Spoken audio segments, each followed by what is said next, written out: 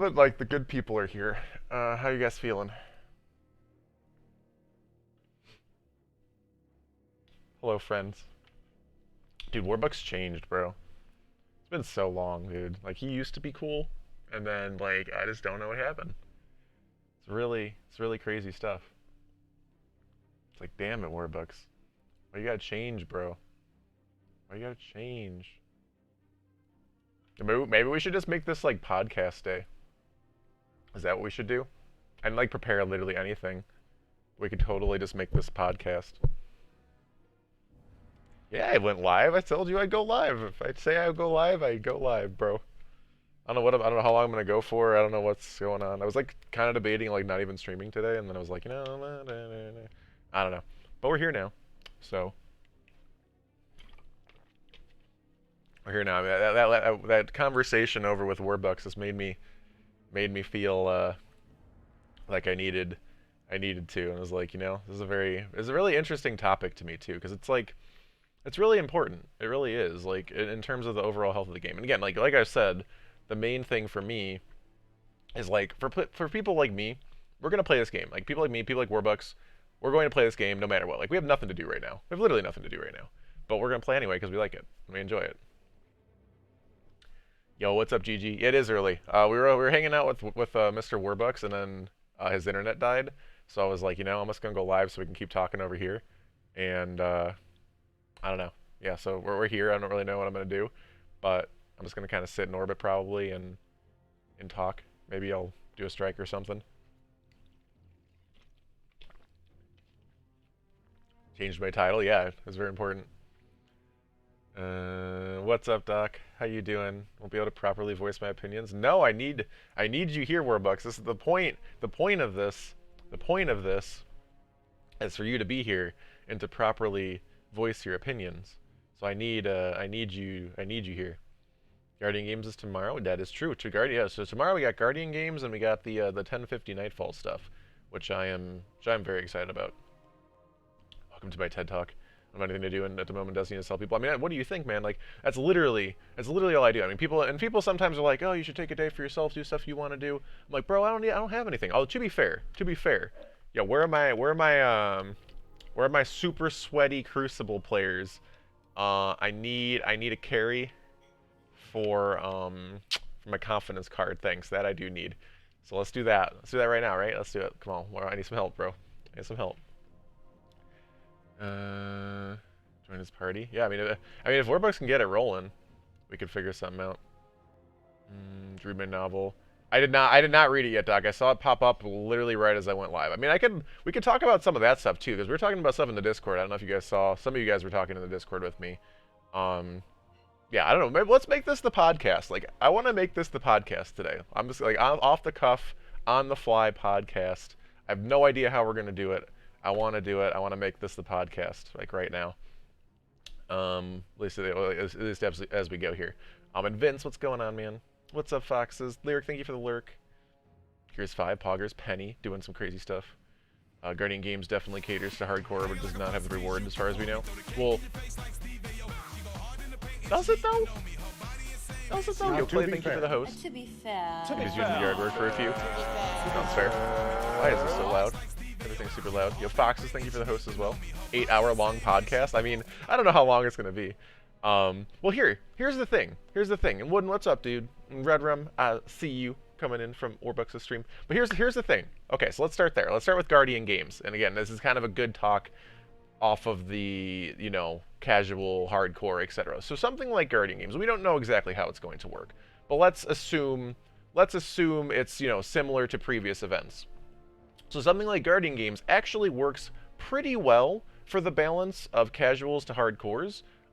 Because usually, again, assuming it's as it usually is, it's really a very minimal commitment to get the things. For Guardian Games, that would be, the Gatling gun, machine gun, I forget what it's called, the Cabal machine gun thing. Like, to get that thing, it's probably going to be a very minimal time commitment over 3 weeks. Like, it'll probably be something like where you get a lot of something up front weekly. And that's kind of how weekly bounties work. That's how weekly bounties work in general. Like, if you do the weekly thing, that takes like 30 minutes, maybe an hour tops, you get a lot of stuff. And so like let's say for guarding games is some sort of tokens, quote unquote, or some sort of whatever. And you get a lot of stuff. For the short time commitment. But then for the hardcore, if someone either wants to get it super fast, like in terms of total time, in terms of like IRL time, like within a day, or if someone just doesn't have time to play later, in the later weeks, but has a lot of time like in the first week, then there's usually either the daily bounties or the repeatable bounties. Again, not necessarily quote bounties, but like the same concept of bounties that is there for, again, either the hardcore that want to get it right away, or the hardcore that just want to play a lot and do things, or again, the people that maybe have time this week or this day, but not next week or a different day. So I think it's a good balance of hardcore to casual, because you don't have to be, I can guarantee you do not have to be hardcore to get the thing, to get the weapon, to get the whatever else that there is in the event. Like, there's never been an event that required what I would consider anything remotely hardcore. Again, assuming you balance your playtime. If you're someone that is like, I mean, again, if you can only play like 1 minute every week, then good luck. But like, if you play like, let's say you're someone who plays like 30 minutes a day or something, like it's really solid. Like I feel like that's like what these things are balanced for. Is someone that can play 30 minutes to an hour a week, or like every day, or maybe every other day. But again, is also doable for people that play a lot more. So, yeah. But again, I guarantee you there's also going to be the population that complains when they try to get it on day one, and it's like, I've grinded for like 7 hours and to get the thing. And I'm like, well, 7 hours over 3 weeks would be, like 2.5 hours a week, or about, which again goes back to that about 30 minutes a day thing. So, if you try to do it all in one day, it's 7 hours, and then it's like, oh god, hardcore. But if you do it, across 3 weeks, then, it's not at all. So, that's the balance there. Goots, what's up, sir? Can we do? Well, yes, we can. Yes, we can, Despised. So that's kind of where I was at there, Despised. And we that's kind of where we came in on the discussion, was a little bit of the casual noob, whatever else, and yes, we can talk about that. Very hard to balance a game from an 8-hour a week player to an 8-hour a day player. No, exactly. That's very, very, very, very, very, very, very true. And again, I think there's a balance there. Like you can't balance on either end. You can't balance on someone who comes in and plays like an hour a week and expects to have everything. Like if they balance off that, which I feel like they've been closer to that end recently, then there's going to be nothing there for the people that actually want to play the game. But if they balance off of someone who's playing 8 hours a day, then 99.9% of the people are never going to get everything. And again, I'm fully, truly myself, I believe that not every player should get everything. I don't think that is how it should work in a loot game. At least not right away. I think that there should be things to aspire to, and there should be different different things to go for. Like something like Not Forgotten, for example, I think is a really cool concept, because even that isn't necessarily, I mean, it's hardcore in terms of skill. It's not hardcore in terms of grind, which again, that's another thing we can kind of talk about, Despised. In terms of, hardcore versus casual, or again, there's all sorts of different ways you can categorize that. But I think something like Not Forgotten for PvE is something very interesting, which again, starting tomorrow, we have the 1050 Nightfalls, Grandmaster Nightfalls thing for that title, which is like a good experiment, I'd say, because, and that might be kind of what they're going for with it, to be honest, is because it's an experiment in that it's something that I feel like a lot of people are not going to be able to get, but it is also something to kind of push people towards. And it shouldn't be that big of a grind, because I believe it's going to be, I mean, it's a decent grind to get to 1025, but it's not that big of a grind to actually do it, because it's going to be, I believe, just do the 6 Grandmaster Nightfalls and complete them at least once to get the title. So it's not a super crazy grind, but it's a, difficult and is something to aspire to grind. So we'll have to see kind of how that works out, but I'm definitely interested. Also, hi Niners, how are you doing? All right. You're definitely like, the thing is casual, and even though we were talking, the thing, Despise, we were talking about casuals and solos together, but I feel like those are 2 different categories, or at least can be. So we can talk about that too. I want to grant 30 hours of prison villagers for her benevolence again. I want that feeling of reward. Well, that's the thing. That's the thing that I think is important to have too, is I think, like, again, 30 hours to grind something. No casual is going to want to do that. That's completely like ridiculous. But I think that there also needs to be the balance of if someone wants to grind for 30 hours for something, that there should be, something to do, or something that is like worthwhile. Which I mean, they've done sort of for some of the weapons. I just feel like where that is and how that is could be changed, and we can talk about that again as we get more into talks. Definitely a casual player. If what happened to me in January didn't happen, I'd be nowhere near where I am this season. But I mean, like, what do you need to do this season, I guess is the question. Like, again, you can get to 10, or like you can get to 1,000. So like literally to 1,000 from 970 base to 1,000. You can do literally anything in the entire game. And personally for me, and I played like a ton those first couple of days, but for me, I got to 1,000 gear score in one day. Again, that's not normal, but like I feel like if you're playing the game, even remotely a decent amount, you could get there in like 2 to 3 weeks, which is 1/4 of the season. And then what are you going to do for the remaining, rest of the season? But again, I think that there's also the argument of like, why is that the grind? Because like, what do you do? What do you get at 1,000 power? Like, what do you need 1,000 power for, other than things that we've already had forever? So like maybe you want to get 1,000 power to be able to do the Master Nightfalls again to get these things. So I mean, Master Nightfalls is like interesting because again, this is useful, especially it's kind of weird because it's like useful for both casuals and hardcore. So this is actually a good example of something that's good because it's good for casuals that don't have all the exotics already and that need to get the exotics and to do things. But it's also kind of hard. So it's like, are casuals actually going to do this is the problem for that end.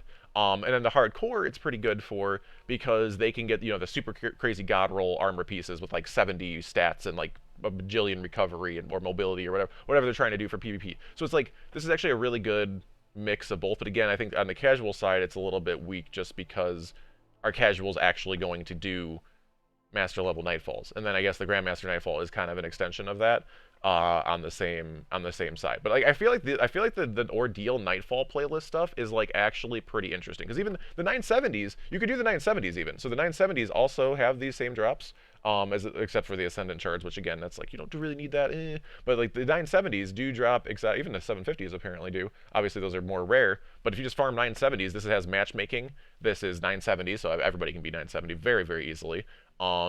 And so like this is a pretty good like mix of things that I feel like should be across the game more often. Like just think about like, if raids, and again it's kind of going back to hard mode raids and stuff. Like if raids had normal mode, hard mode, super basic story mode or something. Like let's say there was a 750 quote unquote version of the raid where it's like story mode raid where you could do matchmaking, and super simple, like strip out all the mechanics that you possibly can just to like see the encounter, see the areas, and stuff like that. And then you go on to the 970, which is maybe it adds a couple mechanics to it, and then the 1,000 is maybe like the normal rate as we know it now, and then the 1030 is a hard mode version, and then the 1060 is the hard mode with the 20 guaranteed 20 underneath thing that's on day ones. I can never remember the name of that.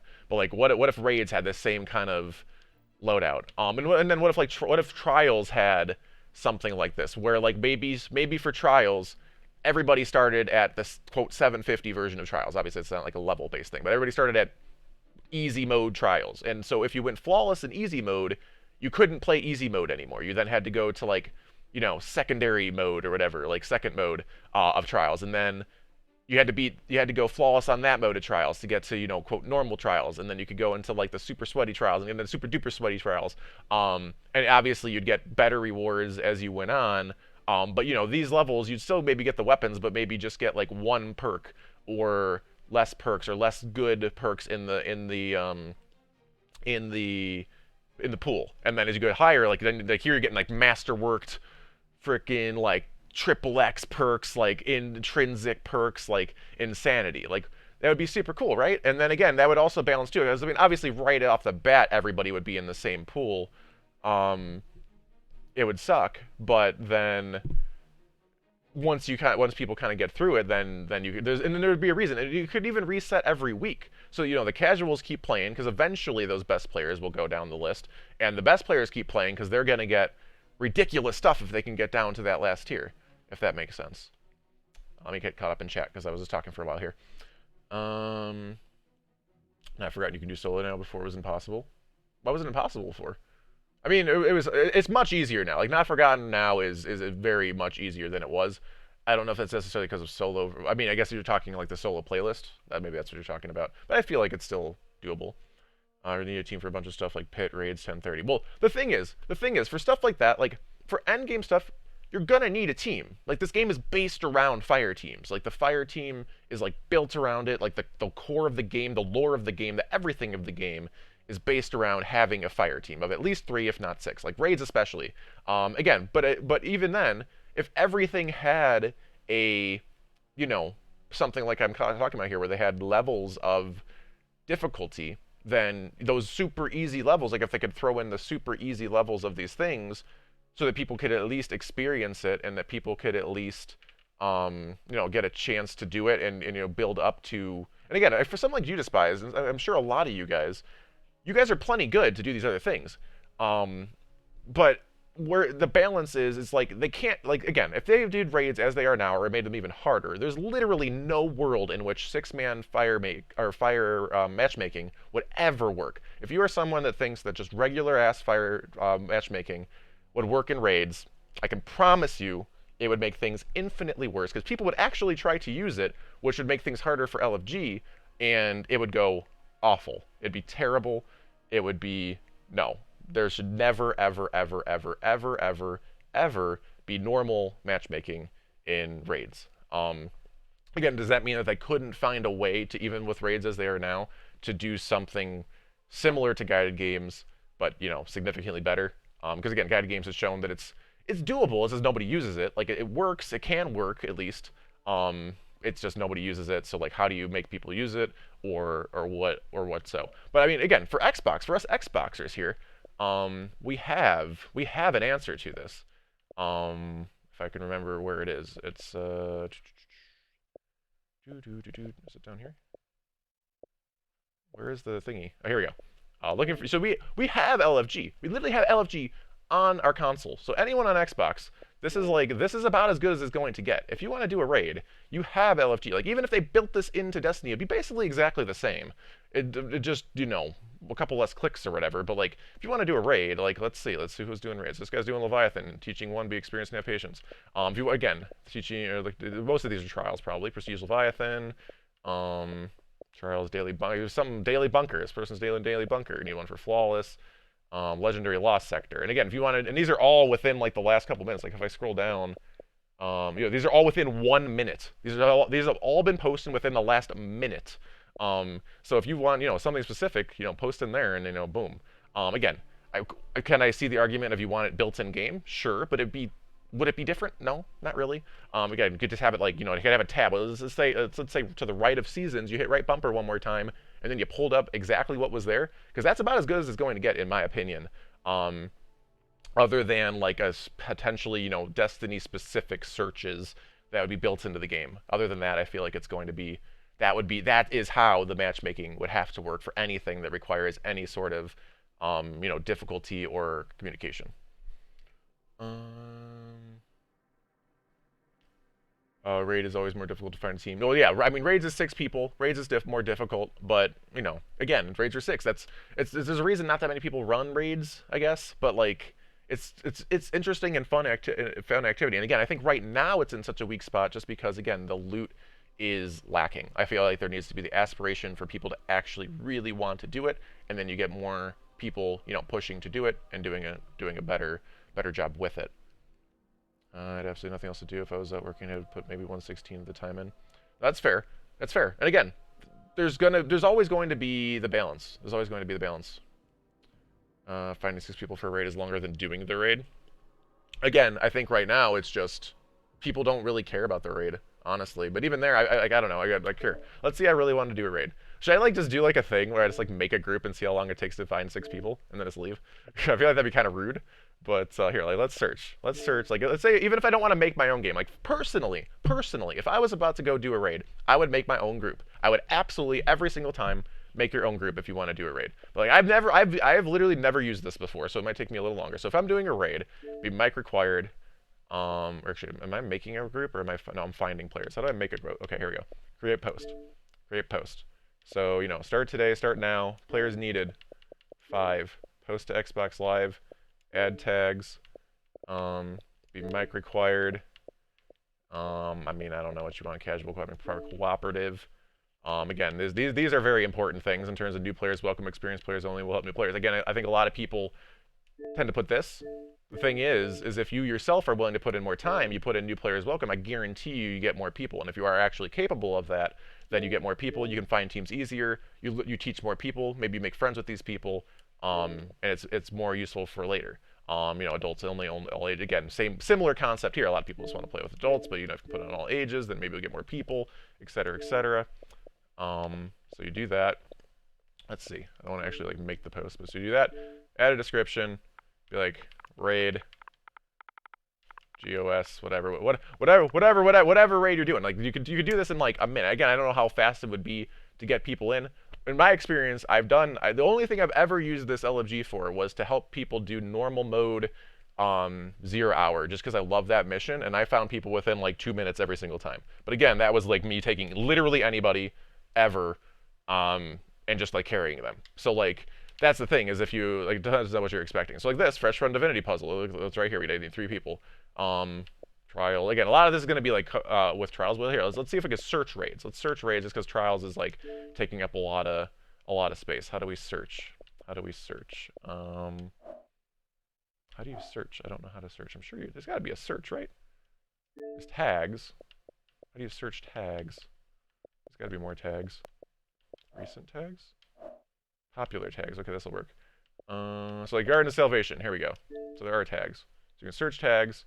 Now it should be only Garden of Salvation. So you got fresh GOS, 10 plus clear. I mean, again, a lot of these, and I've heard about these horror stories of 10 plus clears, 20 plus clears, but that's where my job is. That's where my job is. And again, if you've never run a raid, it is going to be more difficult to find people to run the raid. I can guarantee you that. I understand that. I promise you that. But as you've done more raids, like if you're just trying to do the raid to get the loot or whatever else, like 10 plus clears, isn't that crazy. I mean, here's a group 2 minutes ago. Need help. Teach 4 of us. 2 have knowledge. That's not too bad.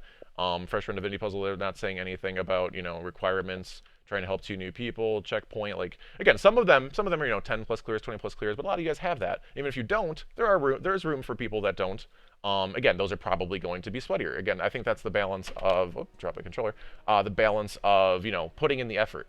Again, a raid requires effort. Sadly, it is. It is something that will always be the case. A raid is end game content, but I think that's a good balance too. That's something we could talk about too. And I've like completely ignored the chat now because I'm just on a spiel. But again, this is a podcast, right? Well, it is now.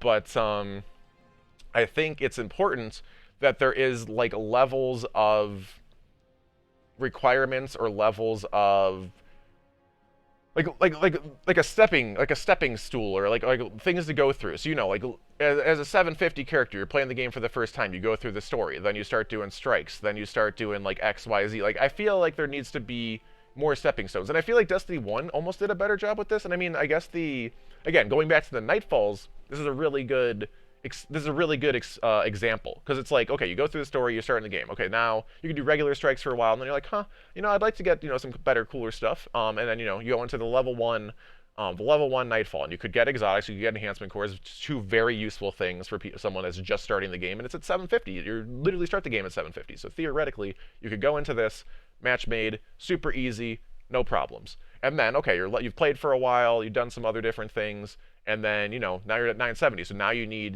specific loadout with overload barrier. You get a higher chance of stuff, though. And again, still match made. And then, okay, played for a while, and it's like, I want to do something better. And I feel like this is, again, where things break down a little bit. But again, the Ascended Shards are pretty solid. And again, Grandmaster, I think this is the problem that people have had. But I think the title is interesting, and this is more of like a test than anything. But as you get to the higher level stuff that requires no matchmaking, because again, it's just too difficult to just put in 3 random mass people that just want to go into it, that you get better stuff. So I think this is again, I really like the concept of the Ordeal Nightfalls in terms of leveling and in terms of like going through the game. And I think that even if something like raids had that, or just more middle ground things, like again, like kind of like heroic strikes. Like I feel like just the strike playlist in general, it'd be cool if there was like a heroic strikes to it, like again, like kind of a D1 situation where either you got something like skeleton keys or some again quote skeleton keys to get strike specific loot. And I know that there's nightfall specific loot, but I feel like there could be more added to strikes. I think strikes are like the like meat and potatoes of PvE in this game. So like doing strikes and adding. I think strikes are something that again they need to add more to and continuously add strikes. Like they can't be going to this thing where it's like they have like 1 or 2 strikes a year. Like strikes, I think that they really need to double down on, triple down on even, and really give more to strikes because this is like this is the casual slash solo heaven, quote unquote. And I feel like it also has a lot of potential for the hardcore to get a lot of value out of. Is regular strikes and nightfall or deal strikes, whatever you want to consider. The strikes in general have a lot of value to them. Okay, now I am currently very far behind. So if anybody's just coming into chat, I'm like 10 minutes behind. But we've been talking about things. And I appreciate you guys being here. Ramen, what's going on? What's up, Kitty? We're doing things. We're talking.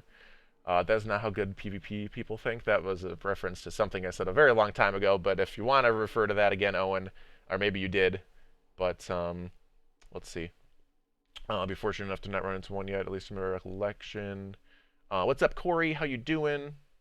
Yeah, exactly what Red Rum said. Holding steady between 1.0 and 1.1 million. Yeah, I mean, the populations actually isn't that bad, honestly. Most good / great PvP players just want to play worse players. Well, that's fine.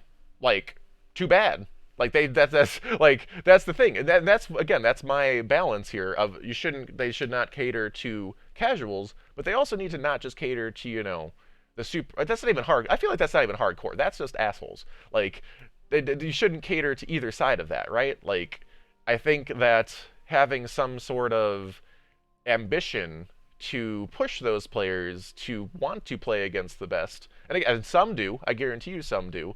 But I do understand that some people are in that same boat, Owen. But I feel like that there should be some sort of ambition to, or even force in some ways, to make them play against better players. Like I think there should be a balance, and I think that, like again, I think having that kind of like list of trials, like running multiple flawlesses or something, and going down like a ladder of flaw. Not that it would have to be 7 wins, or not even have to be flawless. Like maybe a certain amount of wins even. It's like changing the way that works and making it more of like a weekly ladder based trials system would again give the super try hard crazy players like a mix, because they could start off and play some of the weaker players, get warmed up for the week, not have to have every game be sweaty, because I know that's one of their arguments too.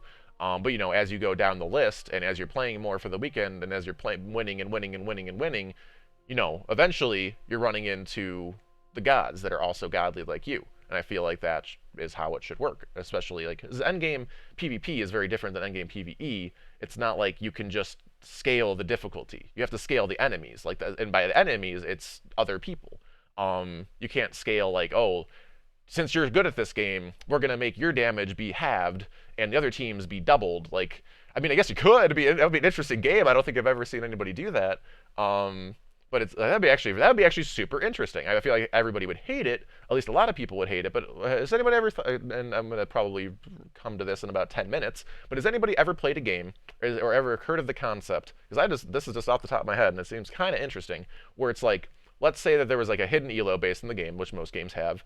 And let's say your team had a quote like 60% chance of winning. What if that team that had a better chance of winning literally just did less damage or took more damage? Like, again, I feel like it would not be a competitive game, but it'd be an interesting game. And if anyone has any thoughts on that, let me know. But again, I'm very behind. Anyone played Trials, all players would hit 3 games to get Trials loot. Well, again, that's why even like, let's say that level 1, like the 750 Trials, again, I keep going back to this because I love the ordeal like thought of the 750 to 1060 thing here. Like, let's say the 750 level of Trials, the level 1 Trials, there was no like card, there was no losses. You just had to get to like 3 wins or 5 wins total or something, and then you got a weapon. But maybe it wasn't a super great weapon, maybe it didn't have like a perfect rolls weapon, but you got a weapon, so people would want to go into the playlist and at least go do that. And then, you get to the second list, and at least that would at least get your feet wet with the Trials map of the week, get your feet wet in the overall experience of how Trials works, and bring people back week over week, most likely. Then, the second level of Trials, then maybe you have to start actually thinking about, continuously winning. And then, you'll harder and harder and harder, and then you're playing, like, the crazy god tiers by the end, and you're getting, like, guaranteed pinnacle level, masterwork level, crazy god roll, extra perk level weapons, if you get to this max level and win. Do not want to play good competition in Destiny 2 PvP. Again, if that is what they're saying, Owen, I don't give a shit about those people. They don't deserve to be a part of this. Then again, I think it's partially Bungie's job to force them to want to play good competition, or force them to play good competition in some way, shape, or form. Yeah, no, and again, like Despise, I think I agree with Despise there. I think, again, some people do, but I think Owen is right that some people don't. I couldn't tell you the percentages, but I think that is partially Bungie's job to force them, not necessarily force them, but to, like, incentivize them. I think that'd be good. Sam, what's going on? Kaiser, how's it going? Clan, well, yeah, the clan requirement is stupid. That should not be in guided games. Again, guided games, as an overall concept, is not great. I think, like I was saying, matchmaking bad. Overall concept shaky, but okay. Like, I understand wanting to have 4 to 5 people that have played together to be able to possibly teach one other person. But again, I think that just some sort of LFG, exactly how Xbox LFG works, maybe built into the game and slightly tuned towards Destiny, would be about as good as you could get. Should have been more rewards. Well, yeah, more rewards for guided games would definitely help. Bird, how's it going? I think I missed you there, and that's like 15 minutes ago. But I hope, if you're still here, I appreciate you. But yeah, more rewards. Again, incentivization across the board would be great, for sure. LFG and Xbox really toxic. Again, there's a balance. There's definitely a balance. There's going to be toxic. There's going to be not toxic. And again, making your own teams in that case can be helpful, I think. Like, if you make your own team and somebody comes in, like, you can usually get a good vibe off of, like, somebody pretty quickly. Like, and that's the thing too, is I think either making your own team, or if you go into another team, you can get the vibe of the team really quickly. And again, let's go back to it one more time. So again, it depends on what vibe are you looking for when looking for a raid. Are you someone that's run the raid a crap ton of times and just wants to do it super fast, doesn't super care about the vibe, just wants to get it done? Then if you go to Garden of Salvation, then again, maybe you'd put in the experience tag, know what you're doing tag. But those of you that see like this, for example, need 5 GOS third encounter, know what to do, have Xeno, like this. Don't enter if you care about your sanity, and you care about the overall vibe of the raid. You do not enter this raid. Like, never in a world, in zero world would I ever tell anybody to enter this person's raid. They know what to do is on there. That's already that's like a balance. Like, so that's okay. Like, that's not a guaranteed bad, but forcing you to have Xenophage, like, you do not need Xenophage to beat this raid. No, in no world do you need Xenophage. Xenophage is good. Xenophage is very good. Do you need Xenophage? Absolutely not. Need to get this encounter knocked out. Like, that just being in there, like, just seems very, like, pushy and, like, just not bad attitude straight off the bat. Quick run, again, terrible. Like, there's, like, every possible bad thing or, like, red flag you could have is in, like, these, literally, how many words is this? Like, 15, 20 words. There's like 6 red flags in here. If you are looking at LFG, and again, there's 47 groups right now, and this is the one you picked just because it's up top. This is a great example. And this is the one you picked just because it's up top.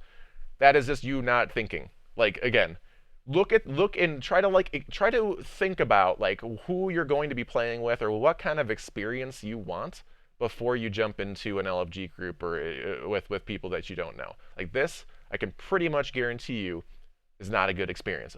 If, on the other hand, you are someone that's run it a bunch and does want to just get it done quickly, maybe it's good if you're just someone who just wants to get it done super quick, everything, like, and hopefully everybody will be like that too. But if you're someone less experienced or is looking for, like, more of a fun experience, no, do not do this. I guarantee you there's probably better ones. or even just must have 20 plus clear. Like again, none of these are good. None of these are good. Like, well, let's see if there's a good example. Like even just like this, fresh run divinity puzzle, or trying to help 2 new people. Like these are going to be more. These are going to be more like casual-ish or casual friendly or friendly. Like not even casual is the wrong word. Like just friendly in general. Like if you're helping people, helping is good. Helping means good things. Like know what to do. Need this weapon. Need this character. Give me that. Give me this. 100 clears. Quick run. Bad. Like that. It's pretty clear. It's pretty clear there in my opinion. But hopefully that kind of helps. Rewards, Halo and Emblem are cool, but when you have friends span clans, it doesn't work. No, again, the rewards, and those are cool rewards, like, you know, the visual rewards, but the clan thing was just a terrible idea. PS4 had this, made my life a lot easier. No, I think it's really solid. Again, I think people, that was a good example, right? That was a beautiful example. The fact that it was on top, too, and, like, you know, it's the first one. Maybe I'll click on this one. But thinking about it, and it's like, huh, do I really want to be with someone that is, like, quick run, 5,000 clears, have this weapon, have this character, have that, like, you don't need any of that. You don't need literally any of that to clear the raid, and it's just a bad omen. It's a bad start. Anyone can add me on Edgy or anyone back, always happy to help, especially this D&D community. Again, well, yeah, that's the thing. Like, our community is amazing. Like, everybody, again, we talked about this on Discord, and we'll get to some of the discussion of Discord in a second, but right now I'm getting even farther behind, but super awesome. LFG is in certain clans not supposed to be. There's always a chance of getting kicked off mid-activity when things change. No, super true. Again, that's why, like, that's what clans I think are for, Kitty. And again, we could talk more about getting, you know, getting the clans more connected and getting everybody more connected soon. But again, I'm talking purely LFG. And again, no matter how active the clan is, I feel like there's not necessarily ever a situation where the clan is always going to be on or always able to help every single person. But yeah, clan stuff, that's the point of a clan. The clan is like, you know, a bigger open community of people, like-minded people, hopefully, that play the same game, are pretty active, and want to get things done and help others get done in a pretty good atmosphere. So, I mean, a clan is basically just like a super centralized LFG, I guess, but again, with obviously less people, but hopefully everybody is a part of and, like, a part of the same vision, if that makes sense. 149k ran raids today with 124k running trials. That's pretty crazy that trials is less than raids already at this point. Toxic streamer. Oh no. I don't know how to use LFG. Well, I just showed you, pretty much. WCC. Can I get Worm Husk from the Worm Mine campaign? I'm not sure if that was. I'm not sure if that was ever a thing, to be honest. That was also like 10 minutes ago, so I'm not sure if you're here. Well, maybe somebody answered that, but I don't think Wormhusk was from the Warmind. What is the best white gun in the game? Kvastov. What's up, Az? How you doing, sir? My reference was... No, I definitely understood the reference I want. I guess I just don't give a shit about those people. Like, if those are the people that you don't balance around. Is like, again, like if they just want to play... Like that is Bungie's job. And again, perfect example right now is especially the weekend where the shotgun was available and people were just farming 3 wins and going back and resetting. Perfect example right there is it is 100% not the people's fault that did the 3 wins. That is in the game, and I guarantee you what we've learned and what Bungie should have learned by now and what we all should have learned by now is that people will take advantage of literally anything that Bungie allows to be in the game. So it is 100% Bungie's job to make sure to not allow things that should not be in the game. So, like, again, for example there, 3 wins and resetting, you just shouldn't be able to reset your card if you haven't lost. Like, if you haven't lost, what the heck is the point of being able to reset your card? That doesn't make any sense. The only thing... I guess if you're playing with a different person suddenly and then trying to, like, get their wins, I guess so there's got to be a way around that. But something. They got to do something. Again, that's like 5 seconds of thinking about it. I'm sure Bungie has more time and more people that could figure out a way to get around 3 wins and resetting. It's got to be something. But I guess my overall concept, or my overall thought or point, is that it is 100% on Bungie, the people that make this game, to properly govern the usage of the way the game is played.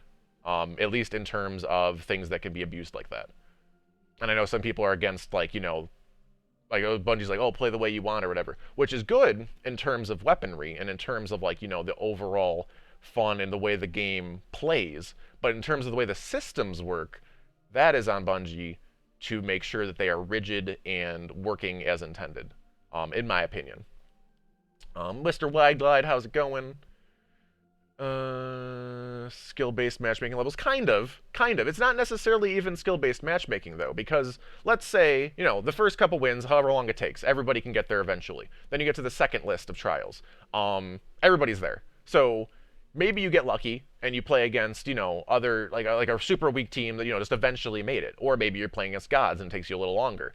But eventually you can get through to the next level. And I mean, honestly, Trials is kind of the same way. It's just that right now there's no reason for the super weak players to play. And honestly, there's not even a super great reason for the super great players to play that much either. But again, my thoughts here are just giving loot out to everybody, but sporadically, and giving more guaranteed, very, very high level loot to, the top high end. So again, trying to incentivize the low end at the top, and trying to incentivize the high end to keep playing and play as competitively as possible. Which again, it seems like the one group that it feels like that they are sort of catering to. Again, I don't think they're catering to casuals. I don't think they're catering to hardcores. I think the one group that you could say that Bustiny. I was a Bungie and Destiny, Bustiny.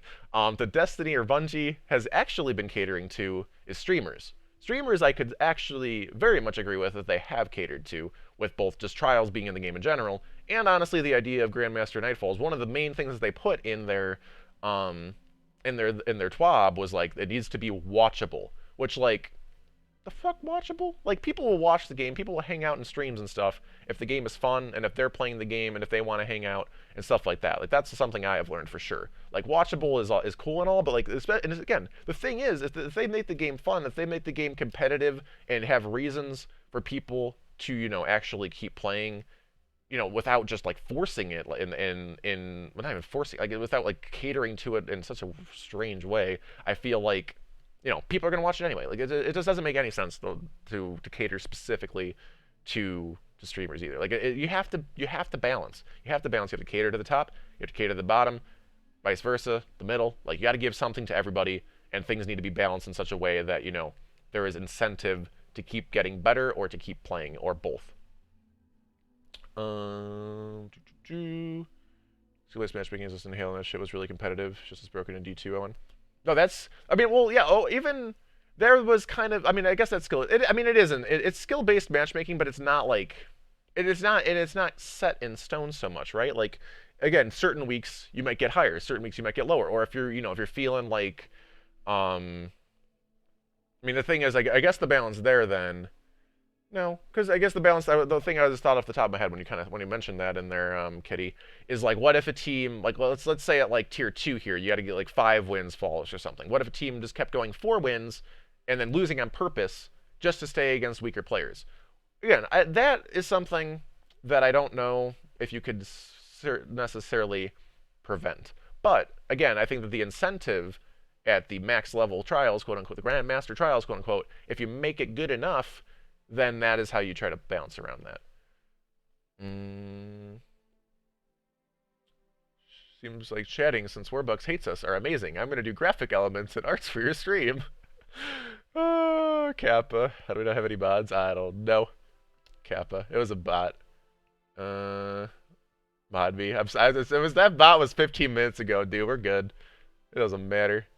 Know what to do. Must have net limiter installed on Xbox. Must know orange side exploit. Must have xenophage. Must have. Well, no, exactly, right, Sam? Like, that's pretty much like what it is, right? Like, and if you see posts like that, just don't play with them, right? Like, just don't play with them. Those aren't the games you want to go to.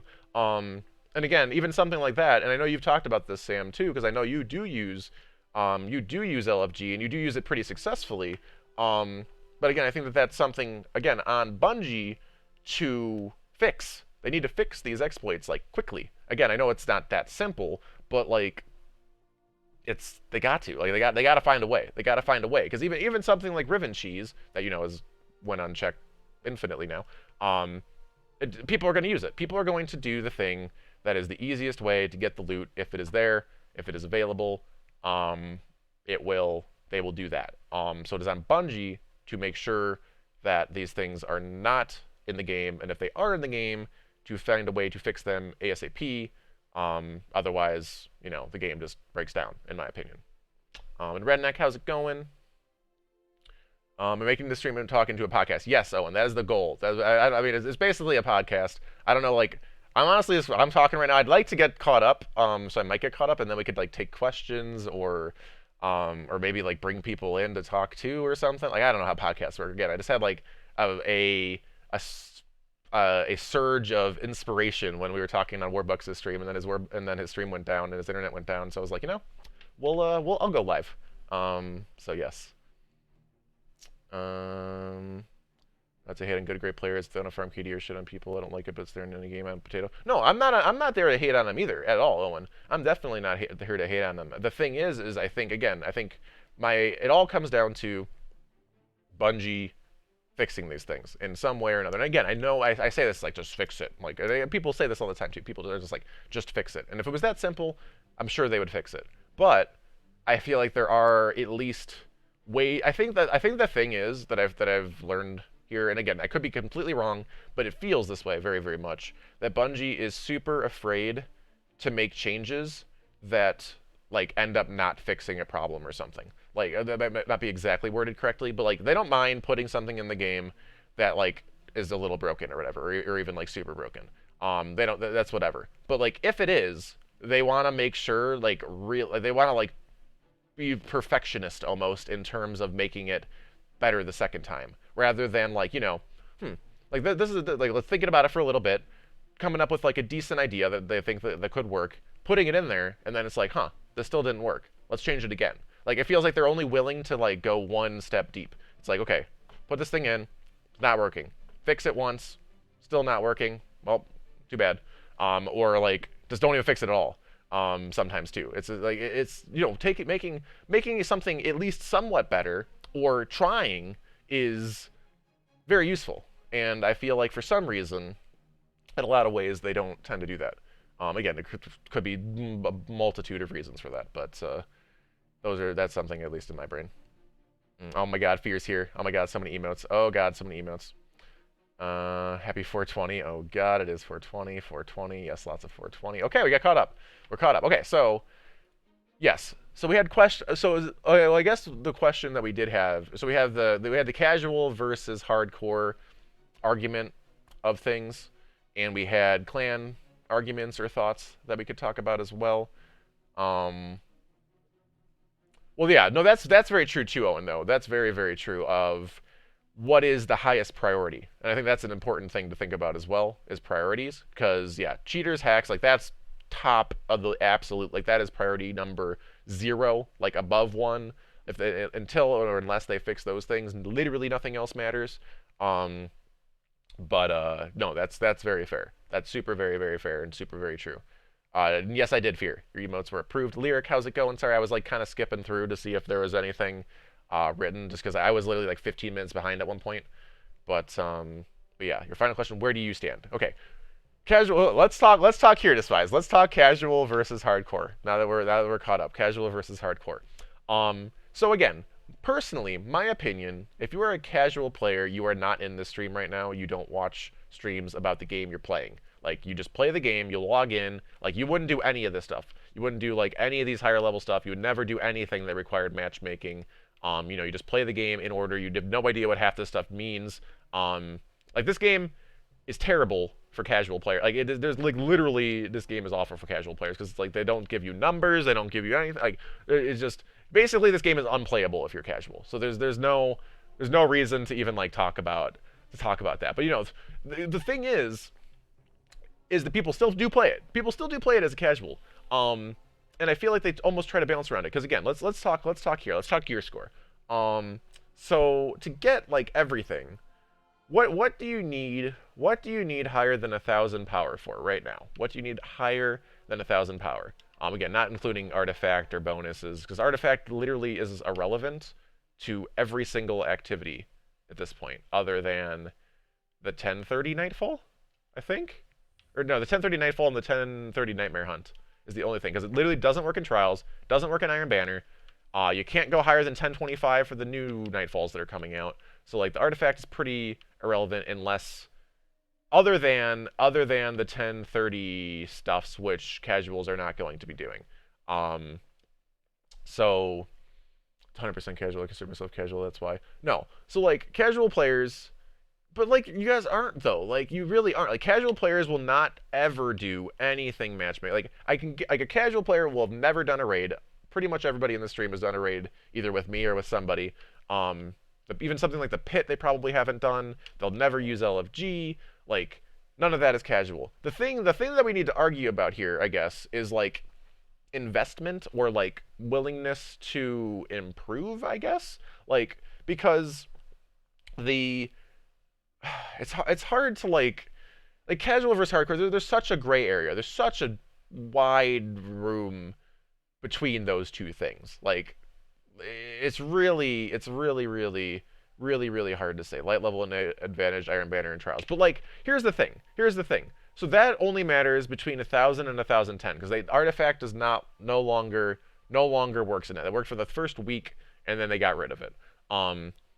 So here 1,000 to 1,010. So like anybody, literally anybody, and your mother and your sister and your dog can get to 1,000 power gear score. Obviously, to get to 1,010, you need to do pinnacles. Obviously, for a solo player, again, talking solo versus casual. Casuals might not even play Iron Banner, because casuals aren't going to be playing Trials. Like, that's the thing. Casuals aren't going to play Trials. So, like, does that even matter? Not really. But for the solo player that, like, every now and then gets a group or something, I think that's maybe where we need to argue or need to talk about. Yo, Supermans, how's it going? We're just having a talk about a whole bunch of who knows what things. But even here, so 1,000 to 1,010 power is 10 levels. 10 levels max. And I feel like, and again, I haven't had the disadvantage, but I did every now and then in D1, like where you get behind a little bit in level and they get like the skull or whatever. But 10 levels is going to mean something almost never in Trials or Iron Banner. Like that's very little. Even because even before, like I think a couple seasons ago, like 3 seasons ago, 4 seasons ago, they had the Wizened Rebuke. The Wizened Rebuke, you needed I think didn't you have to be 100? Was it 50 levels or 100 levels behind to get kills in Iron Banner to get the Wizened Rebuke unlock? And people were able to do that. Obviously, that's a big difference. You'd take a lot more damage, but it's doable even at that ridiculousness. So 10 levels, it's really not a big deal. It's really not. And again, Trials is endgame, and I don't necessarily disagree with like having the level disparity. Like I can see both ends, and I feel like any answer I give is biased. But like 10 levels, at the end of the day, is very, very not meaningful. But strikes need more fun modifiers. Strikes again. That was like my main thing. We could talk about that more. I don't know if there's much more to talk about, but I agree with everything you're saying there, Owen. But strikes, they need to double, triple, quadruple down on, because that, I think, personally helps the casual, quote-unquote, because everybody plays strikes. The casualist of casual plays strikes. The, second tier, the third tier, the 87th tier, up into the hardcore. Everybody can get it, can get use out of strikes. And strikes is like the bread and absolute butter of Destiny PvE, in my experience. 1,000 to 1,010, a shoulder charge won't insta-kill, for example, so it's there. Really? Even at just 10 levels, it won't insta-kill? I didn't know that. I mean, okay, so there's some. But again, there's the balance of, should that be the case or not? That I think is a different argument. And I don't know if I can argue that unbiasedly. But I do think in most cases, 10 levels is not game-breakingly different. Like, again, some changes, sure. I don't know. I can't argue that. I feel like I can't argue that unbiasedly, but that's fair. That's fair. I knew Warbucks had it out for us. I know, right, Balfi? Feels bad, man. To ever talk about D2 because I'm looking for a group to do something with. Well, we have a Discord that we're actually currently trying to find more and more ways to get people in and just around and talking and playing. So if you want to join the Discord and be with a lot of amazing people, and usually here we do a lot of raid help and a lot of just PvE help in general. Right now we're just kind of doing talking stuff, but we got a pretty awesome community here in my opinion. Like, if you're pride on not using meta. Okay, we could have another argument about this, Despised. Anybody that just because doesn't use the meta just because it's meta, like, too bad. Like, if you're gonna not use meta just because of pride or whatever the hell, like, you're dumb. Like, honestly, like, I don't mean like you're dumb, but like you're being dumb. Like, if use the best shit. Like, again, this is this thing we could talk about the whole time. We have talked about the whole time. People are going to use the easiest or best or whatever else thing in both PvE, PvP, anything at all. They're going to take the path of least resistance. And if you don't want to use that just because of your pride or whatever else, then that is on you and is on you to do something about it. There's nothing else. There's no other argument than that, in my opinion. Use Jotun and Arbalist. Well, I mean, that's the thing. There's creative ways to get around it too, right, Sam? Like, maybe you have to play a little differently if you're way underleveled, or if you're a little underleveled, yeah, maybe you don't one shot with shoulder charge. Then, well, at least you know that ahead of time. Again, not arguing either way. I feel like biased there, but yeah. Why do you put too much loot in world and planet drops? I could agree with that. The thing, like, not that those are even like interesting, right, Owen? But I think a really good point of that, or similar to that, is like think to last season on the Sundial.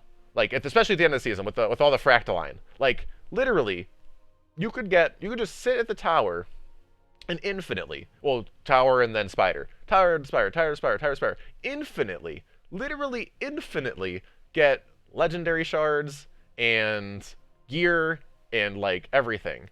Like, it was just like, what, huh? Where?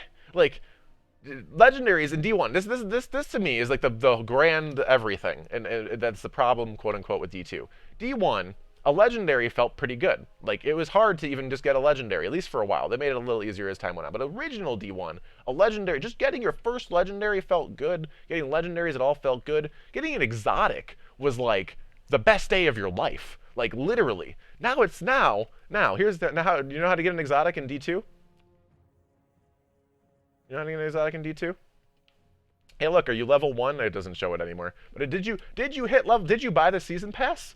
Here's an exotic, woo! Like, it's so stupid. Like, that to me is like the end-all be-all problem, quote unquote, of D2, is everything is just like, here you go, like, here's everything for you. Like, it's just, again, that I think goes back to aspiration and putting scales on things. And again, I know it feels and sounds, and again, maybe it's biased, but it feels and sounds anti-casual, anti-solo, anti-whatever. It's not meant to be. It's not that. Like, again, this is what my kind of my argument again of why this, in my opinion, is the single best time ever in Destiny for a solo player or a casual player, because everything is given to you that matters.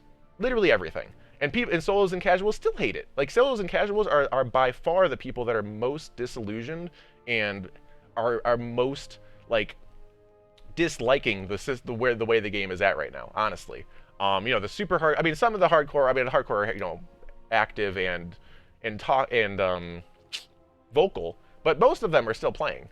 I know, like, Glad in them, or, you know, he's playing other games and things like that. He's still been playing Destiny 2 some too. But like most hardcores are still in the game and still around the game and still playing, because that's what a hardcore player is.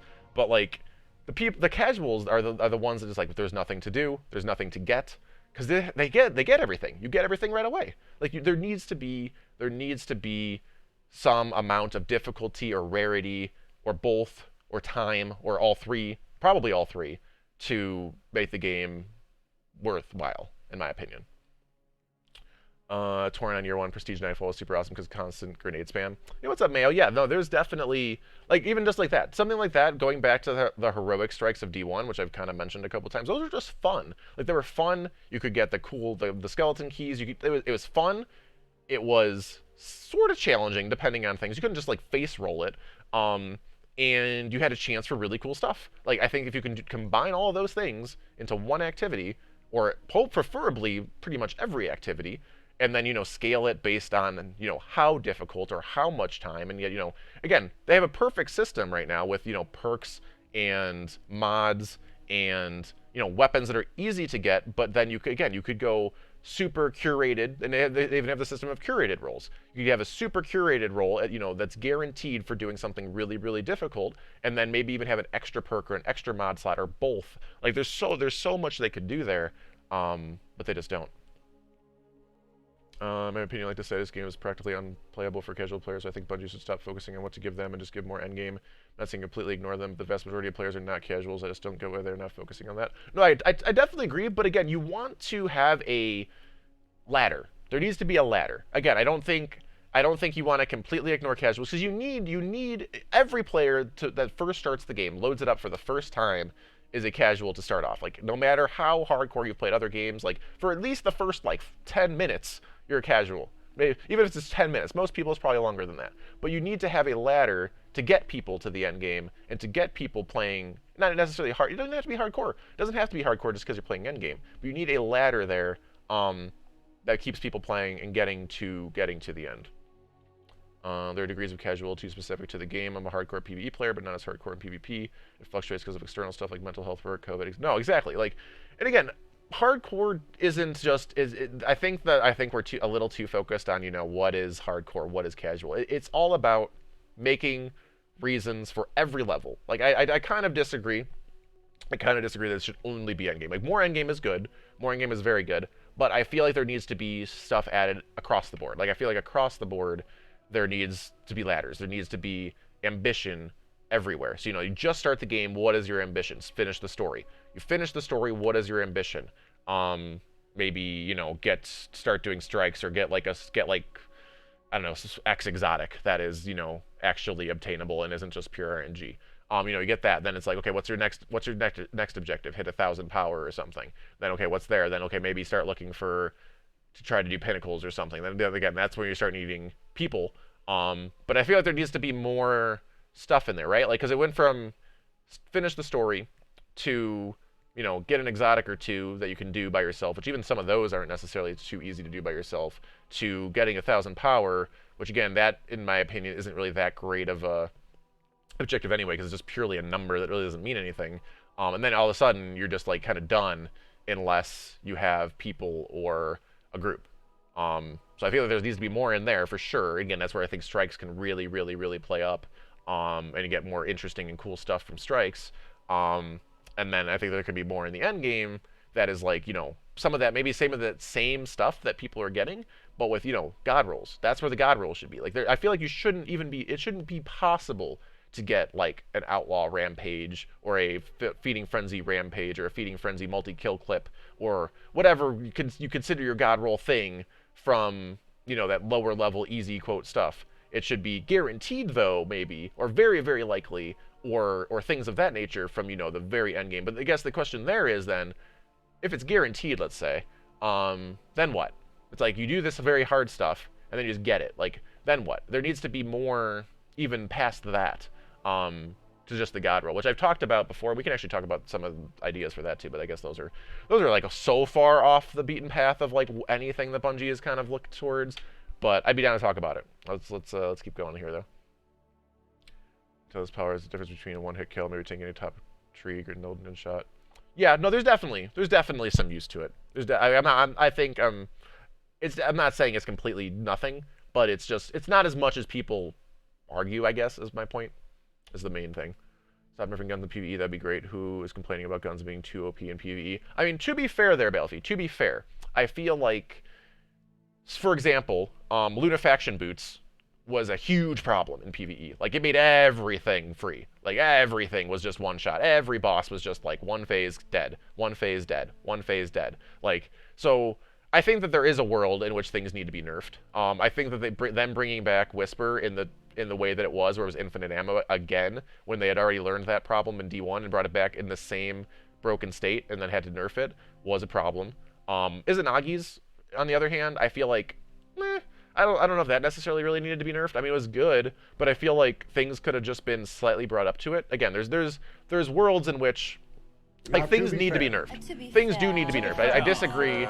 I disagree with the concept of nothing should ever be nerfed because it's PvE and it should be fun. Yes, it should be fun, but it also needs to still be challenging. And if everything is only ever brought up, then it's power creep. I think there needs to be a balance. There needs to be like a line in the sand of like, this is where the balance of where things should be for X, Y, or Z weapon. And, if something is outperforming that, you bring it down. If something is underperforming that, you bring it up. And things should be, approximately in that line. And then there could be outliers in terms of, certain specific scenarios. Like, again, a sniper is long range. So, obviously, there's like balances around that in terms of if an encounter is very, very close range, then a sniper is no longer good. Or a shotgun is close range. So, if an encounter is only long range, then obviously a shotgun's terrible. So things like that, things that are just like intrinsically good or bad about things, can almost self-balance themselves. But again, I don't think that there's a world in which things should just never be nerfed. But I do also agree that things shouldn't just be like only nerfed. I think things should also be brought up. Cap Trials and Iron Banner 1000. There's that as a solution. I mean, at that point, why even have levels at all? Honestly, I don't think that that's. I mean, I would just not even have levels in Trials and Iron Banner if that were to be the solution. If they cap it 1,000, there may as well be. Yeah, no, exactly. I don't think that that's just no point at that point. Again, not that there should be. I'm not saying that there should be levels. I'm just saying if that is the solution, just don't even make levels at all. If you use hand cannons and no one uses a hard light, there's nothing wrong with that. It's not the argument. No, I mean, there's absolutely nothing wrong with that. There's absolutely nothing wrong with that. I don't use hard light. I'm not a hunter, but I either use Revoker, Not Forgotten, Revoker, Sidearm, or pretty much that. Pretty much it. That's pretty much it. I mean, Revoker's very very meta, but I never use hard light. I never use an auto rifle. But I have no problem with it either. Again, I think I think the hard light's a little hot in terms of time to kill, especially with the range it has. But I don't think hard light's like that broken. It's annoying. It's very annoying. But I don't think it's that broken. There are ways to compensate for the 10 level difference. I look at your question as being what in the game cannot be done no matter what you do. No, that's very fair. That's very fair. Also, hello, Finesse. How you doing? I have no shame. I'll highlight the shit out of you. No, exactly. Like, if Hardlight is in the game, as it is, people are going to use it. People are going to use it. I don't argue against that. I don't argue against the people that are complaining about it, because it is annoying. It is annoying, and I do think it's a little hot. But yeah. Hand cannon at 10 light levels down hits differently. Usually, I don't think so, though. Like, I'm pretty sure a 3-tap is still a 3-tap. Like, there might be certain situations where if someone's running, like, extra resilience, it ends up being one more shot. But, and again, I know in the grand scheme of things, one more shot is not a huge deal, but it also kind of is. Especially, at the end game. But, nah, I could agree. I could see that. I could see that. Again, I just feel like, overall, it's not that huge. I guarantee you it does come into play sometimes. It's just not that huge. If you're thinking of doing a clan purge, a couple people who don't play anymore and are taking no space in the clan. Yeah, if you guys let me know, like if someone's just not playing, we could just remove them very easily. So yeah, if you want to like post that or DM me or post in Discord or whatever else. First person to admit that Hardlight is annoying at the meta, deal with it. Or always be guns that people complain about. No, very true. Like if Fear is saying this, you know it's true. Fear hates Hardlight, and Fear is, no, that's fair. That's very fair. First Galahorn. No, exactly. Like, Galahorn was amazing, right? Galahorn was amazing. Like, the first everybody remembered their first Galahorn from D1.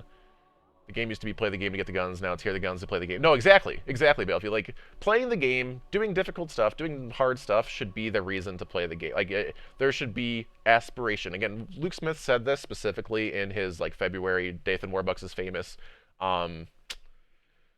director's cut thing. But like he's right on it. He's 100% correct that the aspiration is just like not there whatsoever. The question is, do they understand what aspiration is, and are they actually going to fix it? Like the word aspiration and the concept of aspiration is 100% on the ball. It's just, now what? Now how do they actually implement it? Do they actually implement it? And I know I'm semi-hopeful because I feel like personally, the few times that this game has been considered, quote, at its worst, which, to me, the only time this game to me was just like absolutely unplayable was like Curse of Osiris time in year 1, Destiny 1. Like double primaries and just how slow we were as Guardians, like holy crap, that game sucked. Like at least comparatively. Like it's still okay, but like comparatively to where the game had been and to where the game has been since, like double primaries and Guardians moving at like 0.1 miles per hour. Who the hell, bro? Like, I don't know what game they were trying to make, but no. But other than that, the game's always been, at least decent and always been fun to me. At least fun. Fun is what matters. But when the game has been, quote, considered, quote, bad, which I would say, you know, second half of year one, or well, even just original D1, they had some good and some bad, but like especially like, you know, the down times of like second half of year one Destiny 1, you know, that second half of year one Destiny 2, that came out with Taken King and Forsaken, which I think is unquestionably the two best times in Destiny history. So, you know, if this is considered the, quote, third worst time in Destiny, right, or in the kind of times of now, then, you know, hopefully with their backs against the wall, they can do something, because they've shown that they have in the past, and they can in the past. So, again, and I'm not even saying right now that Destiny is in a terrible spot. Like, I'm still enjoying it. I still log in, you know, almost every single day, if not every single day, and play the game, because I enjoy the game. It's just in terms of things to do and things to go ahead and aspire for that we're lacking. I find there's loads to do, and I'm a hardcore solo player in the main. I'm currently enjoying sharing my knowledge and helping my clan do the old stuff like Whisper and so on. Loving the helping. What would you say, how long have you played for? Like, have you played constantly, or are you a semi-new player? Because I think, again, if someone's ever, like, if someone comes into the game and hasn't been playing since, like, literally, like, the year one, there is constantly new things to do. And again, for the second half of that, in terms of doing old stuff, that is where I draw my own things to do from, in terms of helping. Like, that is literally what the stream is, that is what the community is. I help people, and that is why I love this game, is the ability to play the game that I love playing just because I love playing it, and to be able to also have a, quote, reason to play it through helping other people do things that they haven't done yet. In terms of my own things to do, I have nothing. Basically nothing. I have a couple things. Again, I need a confidence card at this point, but again, like, I don't even care that much. Like, I'd care more, but it's like, I got nothing left. Like, if I do this confidence card, this is like the last thing I actually really need. Although, to be fair, again, so that's why I'm excited about tomorrow, because we got the new title coming in, we got the Grandmaster Nightfalls. I'm super excited about that, because that gives me a reason to do something for me, which I never get. Again, I'm not like, that feels like a little selfish, but it's not, I don't feel it's selfish. Again, I love helping people, I love playing the game, but I get to also have some sort of joy and aspiration for myself. So there's a balance there. But I guess my overall question is, like, when you say things to do for yourself, if that's what you meant, have you played from the start, and again, I guess if you're more of a solo player, there's more aspirational things to do that maybe you then need a team for that you haven't done yet, but you still have a lot of things to do because you didn't have a team. So I guess that could be a part of it as well. Out of my elements. Now, to be fair. No, you're good, Fear. You're good. My ambition is to help you as Niobe. To be fair, again, that is one thing I haven't done as well. Niobe Labs. I have not done that yet. That's like the only thing I have never done. Ambition is now titles. No, that's where I went. I like, again, we can go back to the titles. Once the game, you know, even in the higher parts of the times, you know, someone like me, like, they're never going to cater to enough content or enough things to do for me to always have something to do for myself. But for me, the titles was what I went to. Like, I only had, I don't know, like 4 or something at some point, which I guess is a lot for a lot of people. But like Cursebreaker, I didn't have originally. I started grinding that. I was like, you know, I want to do Cursebreaker, so I did Cursebreaker. Something like, where is it? Reckoner. This one, I was like, I wasn't even, like, when this season came, when Joker's Wild came out, and this was the season, I had like one of these. I had like Thorn. I didn't have any of these things. Hell no. I hated Gambit. Gambit Prime is okay. I hated Reckoning. I guess I think I actually did do these just because I did Reckoning at least a little. But like, I know, like, I was not even remotely close to Reckoning. But eventually I was like, you know, the title, this is something I could do for myself. So I went for that. Shadow was something, you know, Shadow was a good title. Like, Shadow I kind of liked a lot because there was a lot of a lot of different things you needed to do, things you can constantly be working on, and also pretty difficult, actually very difficult during the season it was active. So I kind of liked Shadow. And then it's still doable later. Harbinger, another, like, decent one that I, again, went mostly for the title, but screw the frickin' ghost thing from that you need for this badge at the whatchamacallit place. That thing took me a billion runs. But yeah, titles. Titles is a really good... That's the thing. Titles is a really perfect thing that, like, is at least partially in the right direction. Because it doesn't harm literally any casual. It gives casuals something to aspire for. It gives the hardcore something to aspire for, even if some of them are pretty easy. And then once they get them, it's kind of nothing, but you get at least to show them off. But again, it doesn't. It's only good. Like titles are only good.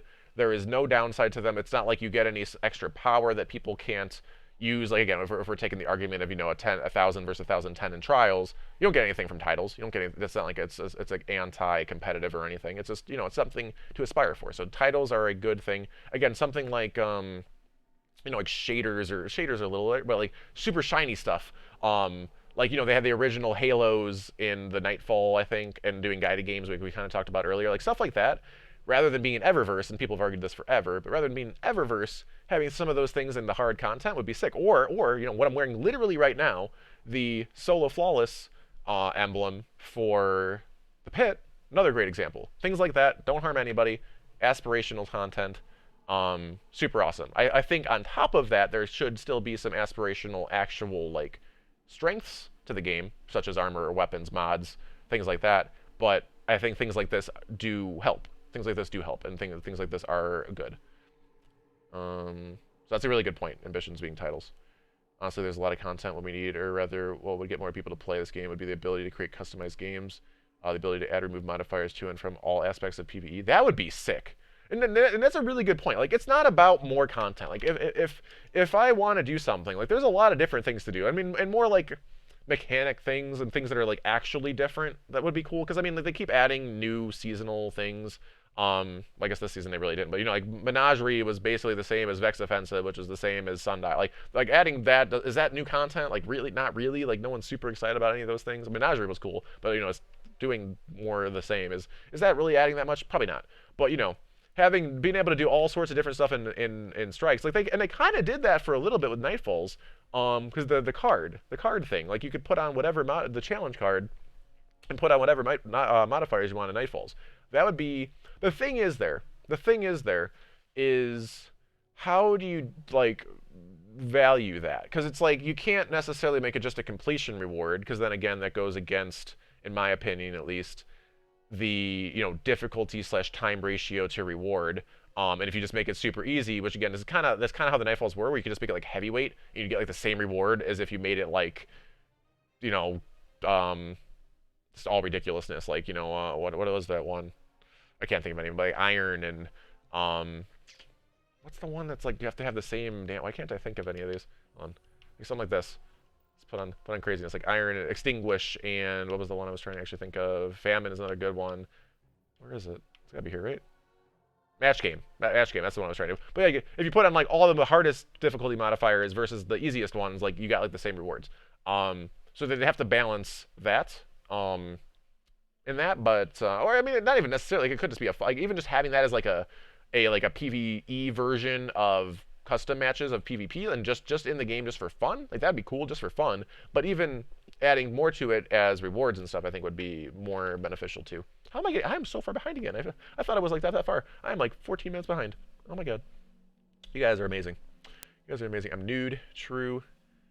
Not only did they nerf Izanagi's, they nerfed all snipers by 20% across the board. They nerfed 90 RPMs because of the PvP sensibility, but did not increase PvE damage to compensate. Again, that's a good point too, Sam. PvE versus PvP, they have to 100% balance those separately. Like, they got to get out of the mindset of like, oh, but if someone uses it in PvE or PvP, then it's like, they're not going to be used to it in the other one, and it's got to be the same. Like, I feel like that's just. And whether or not that's like just that there's a lot of examples that you could go to, not just that one, that they've balanced, because of PvP, or even balanced because of PvE, and then it became worse or better in PvP. And I think that they need to just balance separately, like 100% separately. Nerfed 150 grenade launchers, which includes Anarchy, which is paired with 90 RPM snipers. They nerfed Anarchy?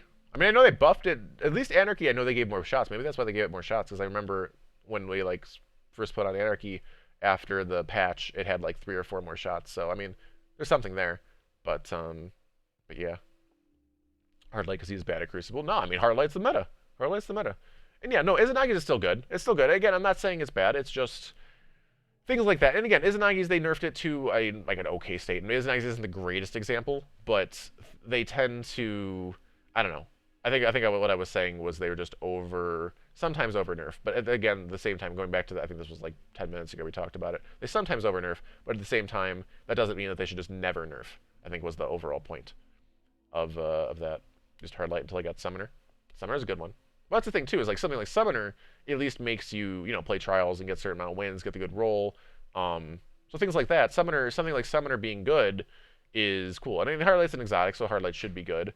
So again, I'm not like overly against stuff like that. I don't think it's like overly broken. I really don't.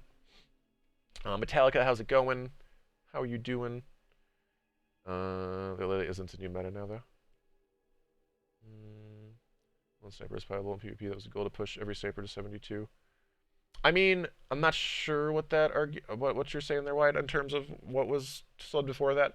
But like, basically, the one sniper is viable in PvP thing is kind of true. I mean, not true completely, but like 90, not 90, a very high percentage of people use Revoker.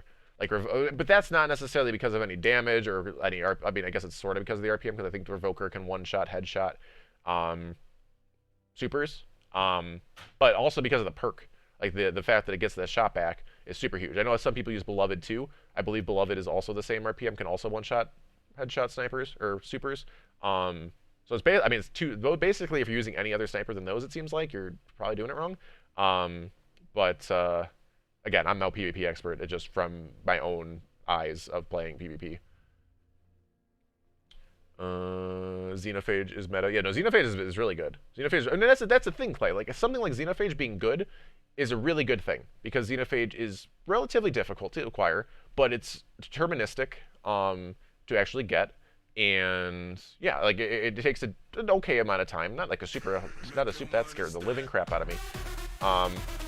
Not a super ton amount of time, but oh my god. Thank you for the bit, D-Fan, I appreciate it. Holy crap, that was loud. Oh my god. What was I saying? Xenophage. Not a ton of time, but a decent amount of time. And the difficulty, like difficulty puzzles, difficulty actual like doing it, and then you get a good weapon. Like I think that's good. And again, deterministic, that it's not like, just a complete RNG, like, oh, I want anarchy, but I've done 200 scourges and don't have it just because of pure bad luck. Which is, that's another argument in terms of like how to do bad luck protection, because I think RNG needs to be a part of the game. Like, not having no RNG is not the answer, at least not across the board. But it's hard to say. Shout out to Fogoth for my first galley, right? What's up, Ramen? Whisper is still better for third.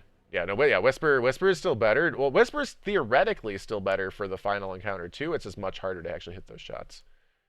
Want to give inside of PvP? I hate Heartlight, hate Bastion. No, true. Hate Heartlight, it's so good. Heartlight's really good. Heartlight's really good. It's just, it's not that broken in my opinion. Really, it's not. Again, I think if they bring it down Heartlight just a tiny bit, I think it would be in a good place. It's the meta. I'm sick of people trying to find every gun. No, exactly. That's the thing. People will complain about the best weapon no matter what, because people will find the best weapon. People will complain about the best weapon. That is why there is balance in games that are live. Like, there is balance in these games to change the best weapons from being the same weapon all the time. Again, older game, like you could argue, like, let's say, like, back in our day, they didn't have to balance games, or they didn't even have the capacity to balance games, because there was, there wasn't online or whatever else. Although there's no online, then there wasn't really PvP. But they balance things like differently. But even if that were the case, then people would just argue that the same gun, like for example, and I feel like, was it original Modern Warfare? Maybe. I feel like they never really, maybe they changed things. I don't know. I wasn't super into it. But I remember the noob tube. Like, the noob tube was something that people like talked about all the time. And if they just never change it, maybe they did change it eventually during whatever first game it was out in. They never change it. It just keeps being the quote meta, or the quote, like, whatever you want to call it. They could do that. They could do that and be fine. But if they do change it, the people that argue like they have to change this, blah blah blah blah blah. If they do change it, then whatever is the next best thing, or the thing that they buff up, will just become the new meta, and then people will complain about it. They'll just complain about the best thing. It's going to happen. Again, it doesn't mean you should stop changing things. It just means that maybe you should focus more on either A, embracing the meta, or B, countering the meta, rather than C, arguing about the meta. Well, not arguing about the meta, but C, like, just complaining about it and being like, blah, blah, it's just impossible. Like, again, if you have the same weapon, which something like Hardlight, literally everybody can have Hardlight, the exact same Hardlight, then there's really no, like, you could use it, and if the other person beats you, they're just better, or you can figure out a counter, and if you can beat them, then cool. If you can't, then maybe you should use hard light. Like, it's just, it's relatively simple there, in my opinion. But again, I do agree that things should be changed. Like, I don't think they should just leave it there. They should change it as quickly as they can and make small changes. But that's what buffing and nerfs are, in my opinion. Surgical, thank you for the 50 bits. Thank you, sir. Appreciates you. I'm like still like 10 minutes behind right now, but we're catching up. We're catching up.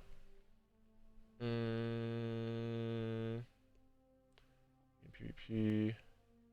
This game, I go for boot 6 wins, no issue. On the 7th game, we go to 3 cheaters and a DC. What's up, Gutex? Well, yeah, cheater again. All arguments aside, nobody can argue. Nobody can ever convince me that cheaters and anything of that nature are not top priority. That's number one over everything priority. Like, that needs to be fixed, like, right now, yesterday.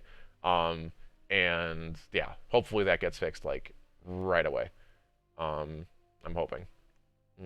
Guardian Games probably gonna be disappointed or something, but oh well. I mean, Guardian Games is an interesting. It'll be interesting, Lyric. I don't think it's gonna be anything game changing. I don't think there's not gonna be anything like new to do probably, but it's an interesting thing. Like, it brings people back. Again, I think something like Guardian Games, like that's kind of what we started this whole conversation on. I feel like something like Guardian Games is super casual friendly. Like, that is like, but it's also, again, it's super casual friendly, but also at least something for the quote hardcore. Like, the super hardcore don't really give a shit about it. It's something, but it's not like crazy good or anything. But it's super casual friendly that anybody can just log in, play the game, and get things and have some excitement in the tower and whatever else. Like, it's meant, these like little mini events that they do are much more for the casual player or the solo player than, you know, the hardcore or the, you know, the person that wants, you know, new difficult content. But the nice thing is on the exact same day, both things tomorrow,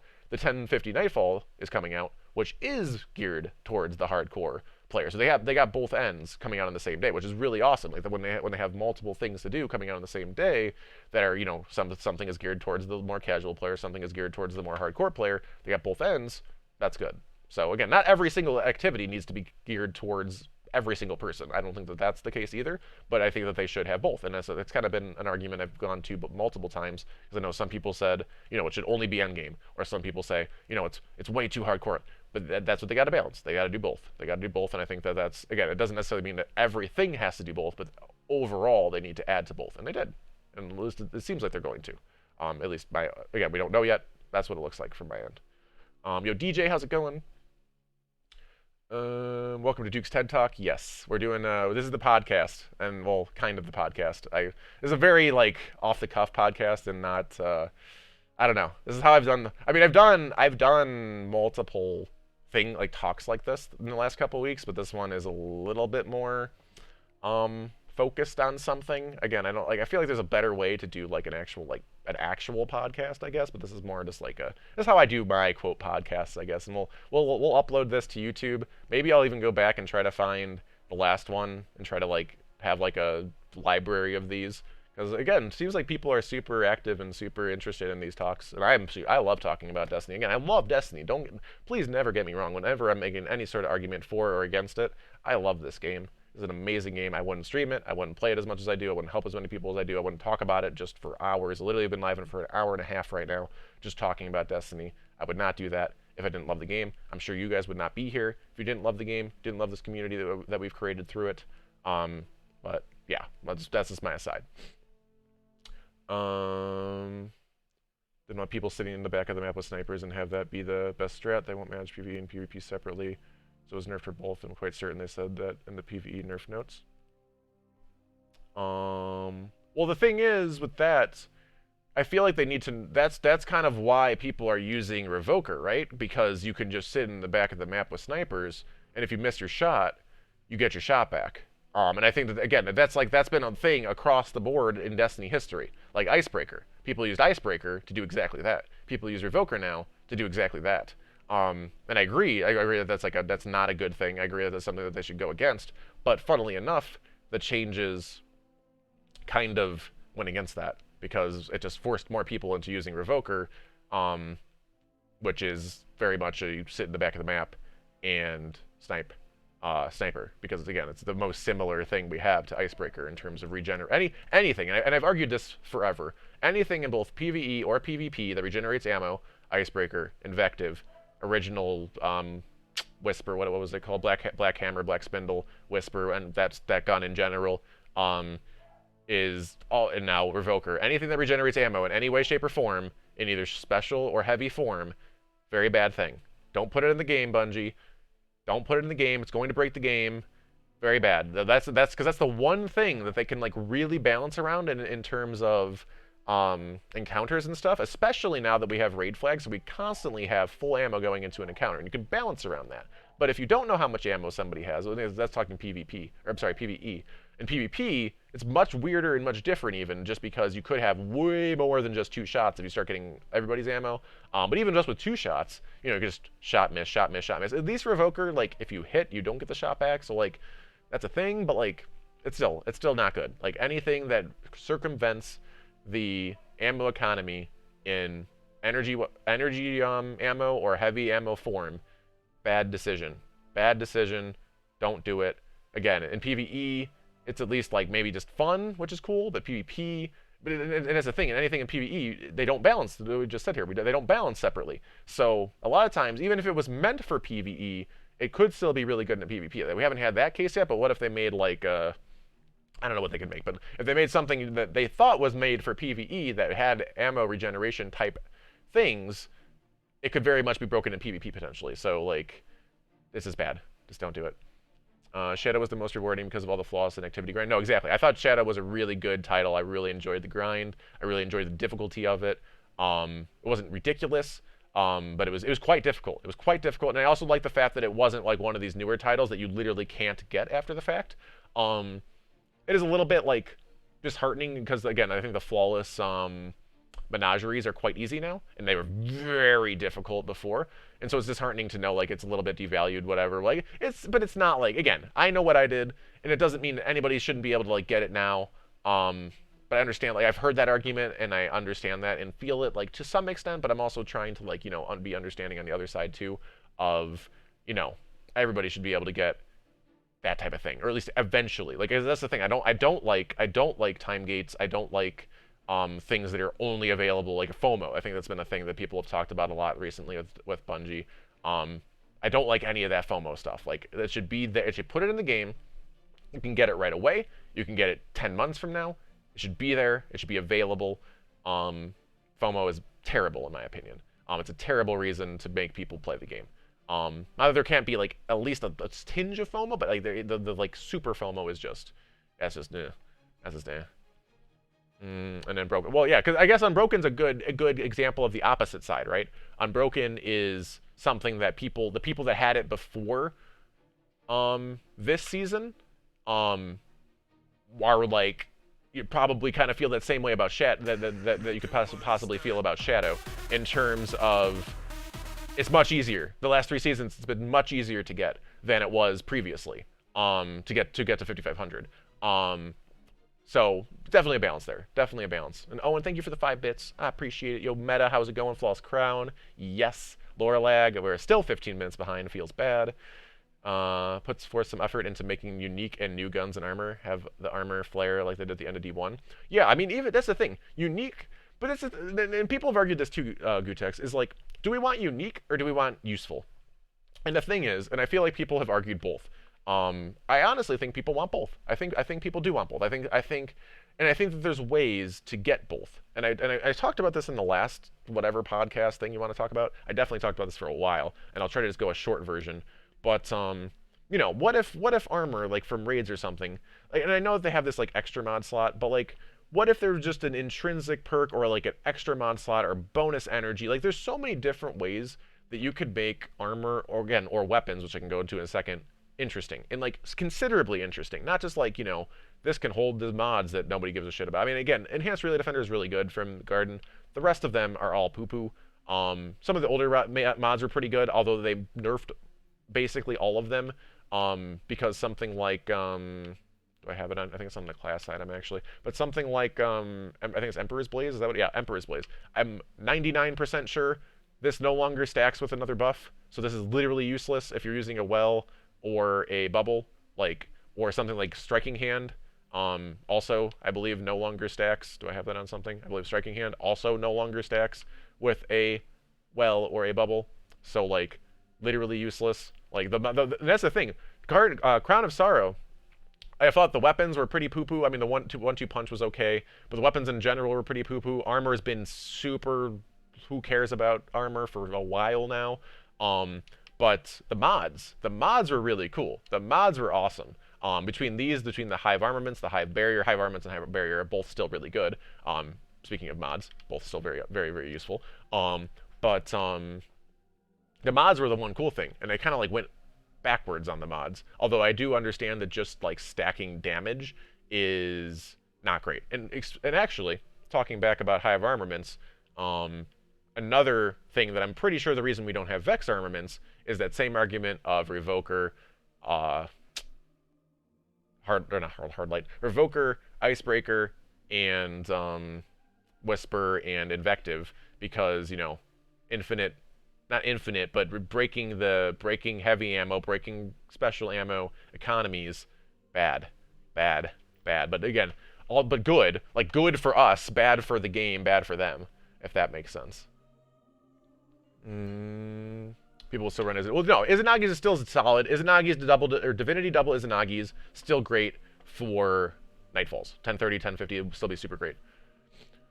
Specifically the Grandmaster Nightfalls, why snipers were nerfed. I'm not a fan.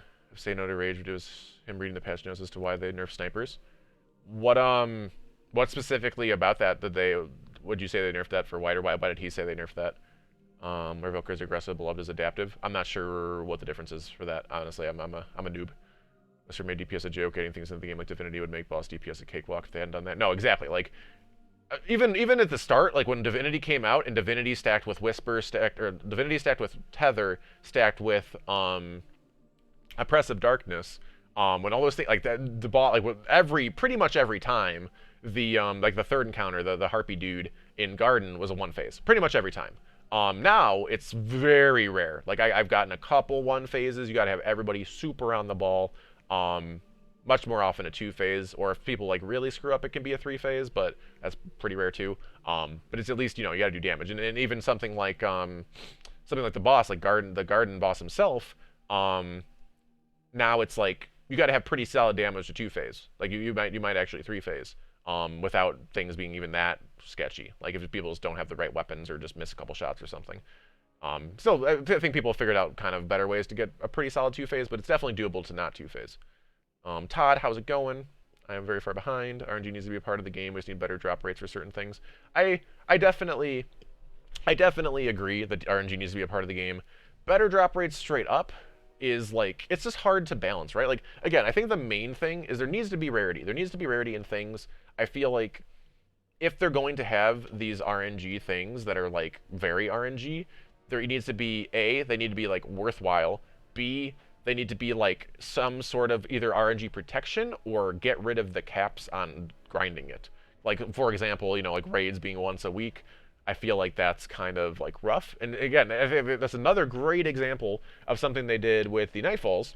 Is it's RNG, super RNG. You don't even know what you're gonna get. You don't even know what you're gonna get. But for example, the 1030 Nightfall, you could do this 1,000 times in a week if you wanted to, and just keep getting exotics. Like this is like perfect. This is such good content for everybody. Like this is such a good concept. Like again, the champions themselves are whatever. The fact that it's just in strikes that we played 1,000 times, like whatever. The actual like overall concept of the system here is super awesome, super duper awesome. Again, the Grandmaster, I don't think it's really going to add that much to like what's going on here, unless it's like multiple exotics or like I don't know. But like again, I'm interested for the title and just to do more things. But like the four of these, like super good concept in my opinion. Super good. I keep going back to that because it's a great, perfect concept in my opinion for how this game should work across the board. From like things need to have tiers of levels for like everything. Even like story missions they could do that in. Even story missions would be cool. Like think about like in every game like back in the day. Like again, most of us grew up with story-based games. Like they had normal mode, hard mode, extreme mode, whatever else. I mean, I still have that in a lot of games. Like I mean, again, the story is not necessarily like the main draw to Destiny, I guess, but like I feel like they could still add that with a relatively low, um, with a relatively low amount of effort, and it would provide a decent return, if that makes sense. Because I think that that's, it's always the balance. Like, what are they prioritizing? Um, and I think revitalizing some of the content they already have rather than focusing on making new things, because again, it feels like they've really struggled to make new things, especially mid-season, like in between like the big DLCs. I think revitalizing the stuff that they have, and again, they do that with D1 stuff, but like why not revitalize in terms of replayability and loot rather than revitalizing in terms of like just bringing back other areas that are the same as we already had. Like I feel like there's a balance to that. Skill 4 for hard light is lower the skill ceiling for hand cannon. Well, that's the thing about hand cannons, right? Like I feel like hand cannons should always theoretically reign supreme in a balanced meta, just because a good hand cannon player should be able to kill, at least at the proper range, a good hand cannon player should be able to outkill anything else, because it's the most difficult to use. No excitement with loot in D2 and D1. People actually remember when they got their first G-Horn or God Rolls. No, that's exactly, I think you might have came in just after I was talking about that Gutex, but that's been a main argument. It's been an absolutely main argument. People will complain about whatever weapon you run over and over, which is usually going to be the best weapon in the game because everyone's going to want to use the best weapon. No, exactly. Like, it's going to be the best. Like, no matter what you nerf, no matter what you change, it's going to switch. It's going to be like, absolutely. Absolutely. Changing your highlight to 720 and making the bounce multiplier 1.5 instead of 2 would make it fair. Yeah, again, I don't know like specifics about Hardlight or about like PvP stuff in general, but I don't think Hardlight's that broken. I think Hardlight needs like a small change, and I probably guarantee you that they're going to eventually nerf Hardlight pretty significantly, and then it's just going to become unusable. Like, they need to make, and this is the thing, and this is back to like one of my arguments from probably like an hour ago or something, but they keep like wanting to try to like make these like perfect changes rather than like small incremental changes. And I know, again, like I think it's a lot, and people have argued this, where it's like, oh, it costs them a bunch of money to make patches on consoles or something. Like, is that a worthy argument? Maybe. Like, I don't know, maybe. But yeah, like I feel like making more active, more often patches is honestly a pretty good answer when it comes back to that balance stuff. What role do you have in Recluse? Kappa. D-Fan, thank you for the bit. I appreciate you. Guardian Games is basically going to be a participate to some degree and check the box, collect the things. No, exactly. Like it's Guardian Games 100% casual game, casual content, 100%. Gonna be grinding comp, but I'll be listening. Sounds good. You probably already played like 2 games since you since you said that. This game sucks. I hate it. No, you, Todd. Ruku, what's going on, man? I think I'm like 13 minutes behind Johnny, like 12 minutes behind, but I'm caught up. Revoker, delete. No. Good thing I found about Revoker. If you rapidly shoot 2 shots and miss both, you only get 1 back. Yeah, so that's the thing, is if you shoot the first shot, you haven't got the shot back, and you either hit even if you hit the second shot, you don't get the first back. Like if you shoot the second shot before you get the first back, you don't get the first shot back, which is good. I think that would be crazy, like if you just got the shot back like immediately, like, or just like eventually, like let's say, I don't know how long it is, let's say it's like 2 seconds or so to get your shot back. If you just shot and missed, you were guaranteed to get that shot back 2 seconds later. That'd make it even crazier. So that's definitely true and definitely a thing. And that's something I play into sometimes too, as someone, I've used Revoker quite a bit recently. Disheartening that I can't get the Undying Seal, the MMXX. I sort of understand, but FOMO is the slipperiest of slips. No, exactly. Like the Undying, which I mean, I guess how do you get the Undying Seal? Because of the way they're doing it right now. But I don't love the way they're doing it right now, because it's like they removed Vex Offensive, so like you can't really get the Undying Seal. It's not like there would be a way to, but it's just, I don't know. And yeah, that's a good example. Like the MMXIX title wasn't too bad, sort of, because it was more meant to be like a celebration of the the whole year, and you had a lot of time to do it, and it was different, sorta. Like even that one's like, but and I guess theoretically you could argue the same for Undying, where it's like a celebration of the whole season, and you had a whole season, you had 3 months to do it, like kind of. But even that's not entirely true, because of the way they've time gated stuff. Like some of the content came out, like for example, last season's for well, I don't remember what the hell the name of the title was last season. Savior? Yeah, Savior. Like a couple of the things came out like right before. Like I know you had to do the mission with the or not even a mission, but you had to like plant the beacon or whatever, which I mean took like 5 minutes or something. People were waiting for, but that was like 2 weeks before the end of the season. What if for some reason you were on like a work vacation or just a regular vacation or in the hospital or I don't know anywhere for like 3 weeks and you just missed it because it was blocked to the last 2 weeks of the season? Like that's just stupid, right? Like I feel like anything that's a part of the seal should not be time gated. It should, if it's going to be like that, it should be the whole season. Like if it's 3 months to do like this list of content, then sure, that's fine. Like that's a good amount of time. But like if you have to like log in multiple times and then like some of it's gated to like the last 2 weeks or 3 weeks or something, that doesn't feel so good, right? FOMO makes me not care about trying. FOMO, yeah, fear of missing out. Vince got you. Catching up. What useful weapons and armor that don't look status quo? No, again, that's where we're talking again, back based on usability versus destiny. So I mean, usability I think is something. I think both ends are lacking right now, right? Like usability, there's so many things that they could add to certain stuff. And then destiny, they've kind of added some stuff. So like if you go down, you can have any shader you want or whatever, and they have a decent amount more. What is this thing? Oh, this is you can actually see. This is the thing for tomorrow, right? I think maybe. But there's a decent amount of things you can make them look for universal. But like they should make these for like everything, and they should make like I feel like Rage should have a universal ornament that could then go on any armor, or Crucible or Trials especially. Like Trials should have universal, like everything, like anything you can unlock, any armor piece should just be able to look like any armor piece. I feel like that would just make sense, right? Like, and I feel like that wouldn't be too crazy because I mean the armor pieces are already in the game. Like literally, you should just be able to like unlock a look. I guess like the look shouldn't even be attached. I guess let's just say the look's not even attached to the armor, and you could just any armor piece like Dreambane Robes could look like anything. Like I just go here, and if I've unlocked the armor, I can make it look like whatever the heck I want that I've unlocked, like anything. Like that makes sense to me, and I really don't think that doesn't seem like it would be that crazy because it's not like they're making extra stuff or making something look sort of like something. It would literally just be changing it to the other thing that's already in the game. So I don't know. It'd be interesting. I think Unbroken is easier because of the freelance playlist, so I found it more fair. Well, the freelance playlist makes it easier, but also the glory system is like hugely changed. In terms of like how much glory you get. I'm almost positive before the last 3 seasons, if you lost a game, it reset your glory completely in terms of your win streak. I also know getting to 2100 now is literally a joke. Like it takes like, if you win, it takes like 5 games or 6 games from 0. Before it was like very much more difficult than that. As someone that it took quite a while to get like Recluse and stuff for 2100 and Mountaintop and all those things. But yeah, the way they changed the glory system pretty significantly in terms of gains, especially early. Towards the end, I think it's kind of how it was still before, maybe slightly better.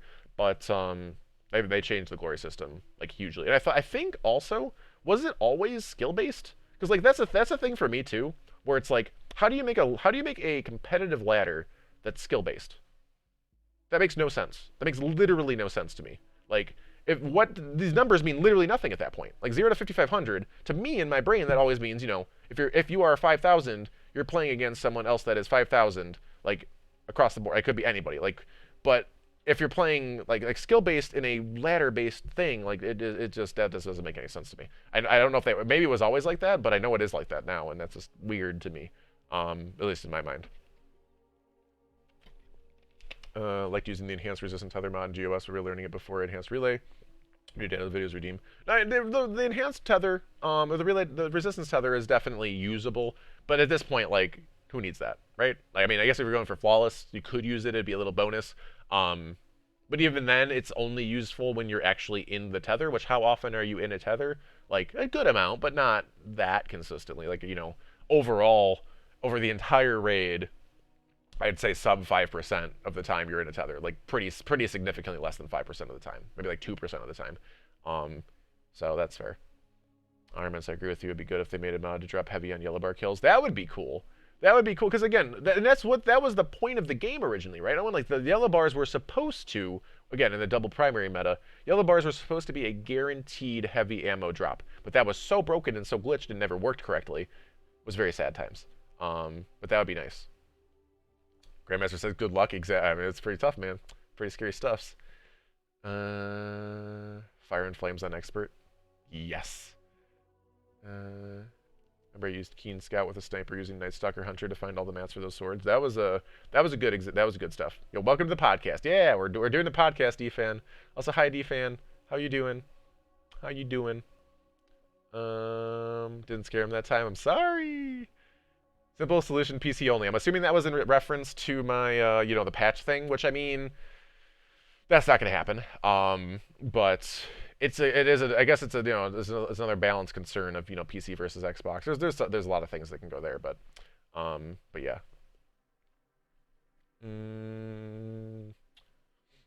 12 minutes behind, but I'm caught up. I am only 7 minutes behind now.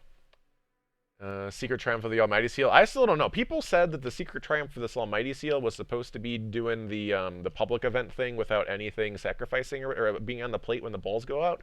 I definitely did that once Io was out. If that ends up being, that's a perfect example too of the stupid time gate stuff. Like if that ends up being the Secret Triumph and it's just like for some reason isn't available yet for no foreseeable reason, that's super dumb. That's like super duper dumb and a great example of like FOMO and like lockouts that make no sense. But maybe it's something different and we just don't know. I don't know. That's just what I've heard from like that's just what I've heard from data mines and stuff. Gonna grab bounties and then go straight in because I'm gonna okay, that's something. There's a 0-hour Whisper mission this year. I'd imagine it comes out the day after Guardian Games ends. That's my guess. Well, we do have again more data mine stuff about like a Fellwinter's. The spoilers, by the way, about a Fellwinter's live mission / weapon in the game. And I believe people said that the ornament for that is supposed to come out on May 5th, which would be Tuesday, 2 Tuesdays from now. So it makes sense that potentially it would come out on that day or before it. It would make sense if it came out after it. So in the next 2 weeks, look out for that being potentially a thing. That'd be pretty cool. And again, that's not even necessarily anything related to a zero. Maybe it's just a quest that has nothing to do with like a 0 type mission. Maybe it's just a completely nothing at all. Like, but there is a lot of rumors about something May 5th happening. So that'd be interesting. Early Duke, what's up, Hornet? Yeah, we're doing podcast stuff. Podcast stuffs. I wasn't looking at the stream. Another bot. Those bots like to get me during the podcast, right? Yeah, Lyric got his emote. Let's go. They do need some tight gated stuff like Cursebreaker stuff and raid challenges. Well, yeah. No, there's definitely gonna be. Oh, I'm caught up now. I actually am caught up now. Let's go. But there's always gonna be some time gated stuff. Like I'm not saying everything should drop at day 1 or like everything should be doable like day 1. It's never gonna be like that. But the time gated for the sake of time gating seems kind of dumb. Like I mean, and I guess you could argue that things like Cursebreaker, well, Cursebreaker originally, it had its weak system, there was reasons behind that, and raid challenges theoretically you could argue could just release that all on the same day. You could argue that. Again, I think that makes sense for them to rotate weekly, but there's an argument for that. But yeah, I'm not arguing for nothing should ever be time gated, but time gates for the sake of time gates and things like that, and FOMO for the sake of FOMO, not great. Not great. You guys think shotguns are bad now? You didn't see OG Fellwinters? No, right, Vince? It was original Fellwinters with shop package, dude. That'd be crazy. Well, because people are saying it might be an exotic, but what if they brought back Fellwinters with shop package, max range, like just insane range shotgun craziness, and what was an exotic? How would that feel? Be interesting. Be interesting. Some do get the flawless seal. Yo, Reaper got the flawless seal. Yeah, we got Mal made the seal alert page yesterday, which I appreciates. So that's pretty awesome. So now when you guys get seals, if you guys are in the Discord, it will alert the Discord, which is pretty awesome. I think you have to be connected to Charlemagne. I'm pretty sure though. So I think if you do, I don't remember how to connect to Charlemagne. I think if you do like ! Charlemagne or something in any of the channels, it'll probably tell you how to do that. Or I think actually if you do the stats, go to the stats page and try to like do like anything, and it should tell you how to connect your thing to Charlemagne if you want to be known when you get some cool seals. Pretty crazy stuffs. Shaxx greater than Fellwinter. Oh man. Yeah, we get the Shaxx lie. The Shaxx lie. Shot package is part of the muzzles, but I would be down. That would suck. Be quite the spook. No, that's the thing. It's like, yeah, just because it's exotic, but that's the thing in PvP. Like, it's not like you need like a a damaging exotic. Like because it's hard to for me personally, it's hard to run a non-damage based exotic in PvE. Like usually, you're gonna run a Whisper, a Xenophage, or an Anarchy, or a Izanagi's. Like very rarely do you run a non-damage based exotic because they just tend to do more damage. But in PvP, that's not really the case. You kind of have your exotic open. I mean, usually I run Wordcliff, but like that's heavy for like one round in trials. Like I don't need a Wordcliff. Theoretically, I could even swap before that round if I really wanted Wordcliff. But there's much more of an opening for an exotic. So if it was just a ridiculously good shotgun that was exotic, like it wouldn't be balanced just because it's exotic. That's how things can sort of be balanced. It's how like Whisper can sort of be balanced because it's exotic. But in PvP, just because something would be exotic wouldn't necessarily just automatically balance it. So it'd be kind of interesting. By that I mean it'd be very scary. Party Crasher and Mapador. I loved Party Crasher. Party Crasher shot like faster, I feel like. And I had like a really good one, and I felt like it was pretty solid. There's some really cool lore about how Shaxx became an Iron Lord in Shaxx vs. Fellwinter. Wait, Shaxx is an Iron Lord? I don't know these things. I'm a noob. I don't know these things. I'm a scrub. I'm a scrub-a-dub. That's pretty cool, though. I did not know that. I did not know that at all. Bastion, you're toxic. Well, yeah, no, Bastion's interesting. Bastion's like different though. Like I don't think Bastion's just like inherently broken. It's just different, I'd say. But it's quite interesting, right? I think Bastion's quite interesting. Shaxx became a warlord.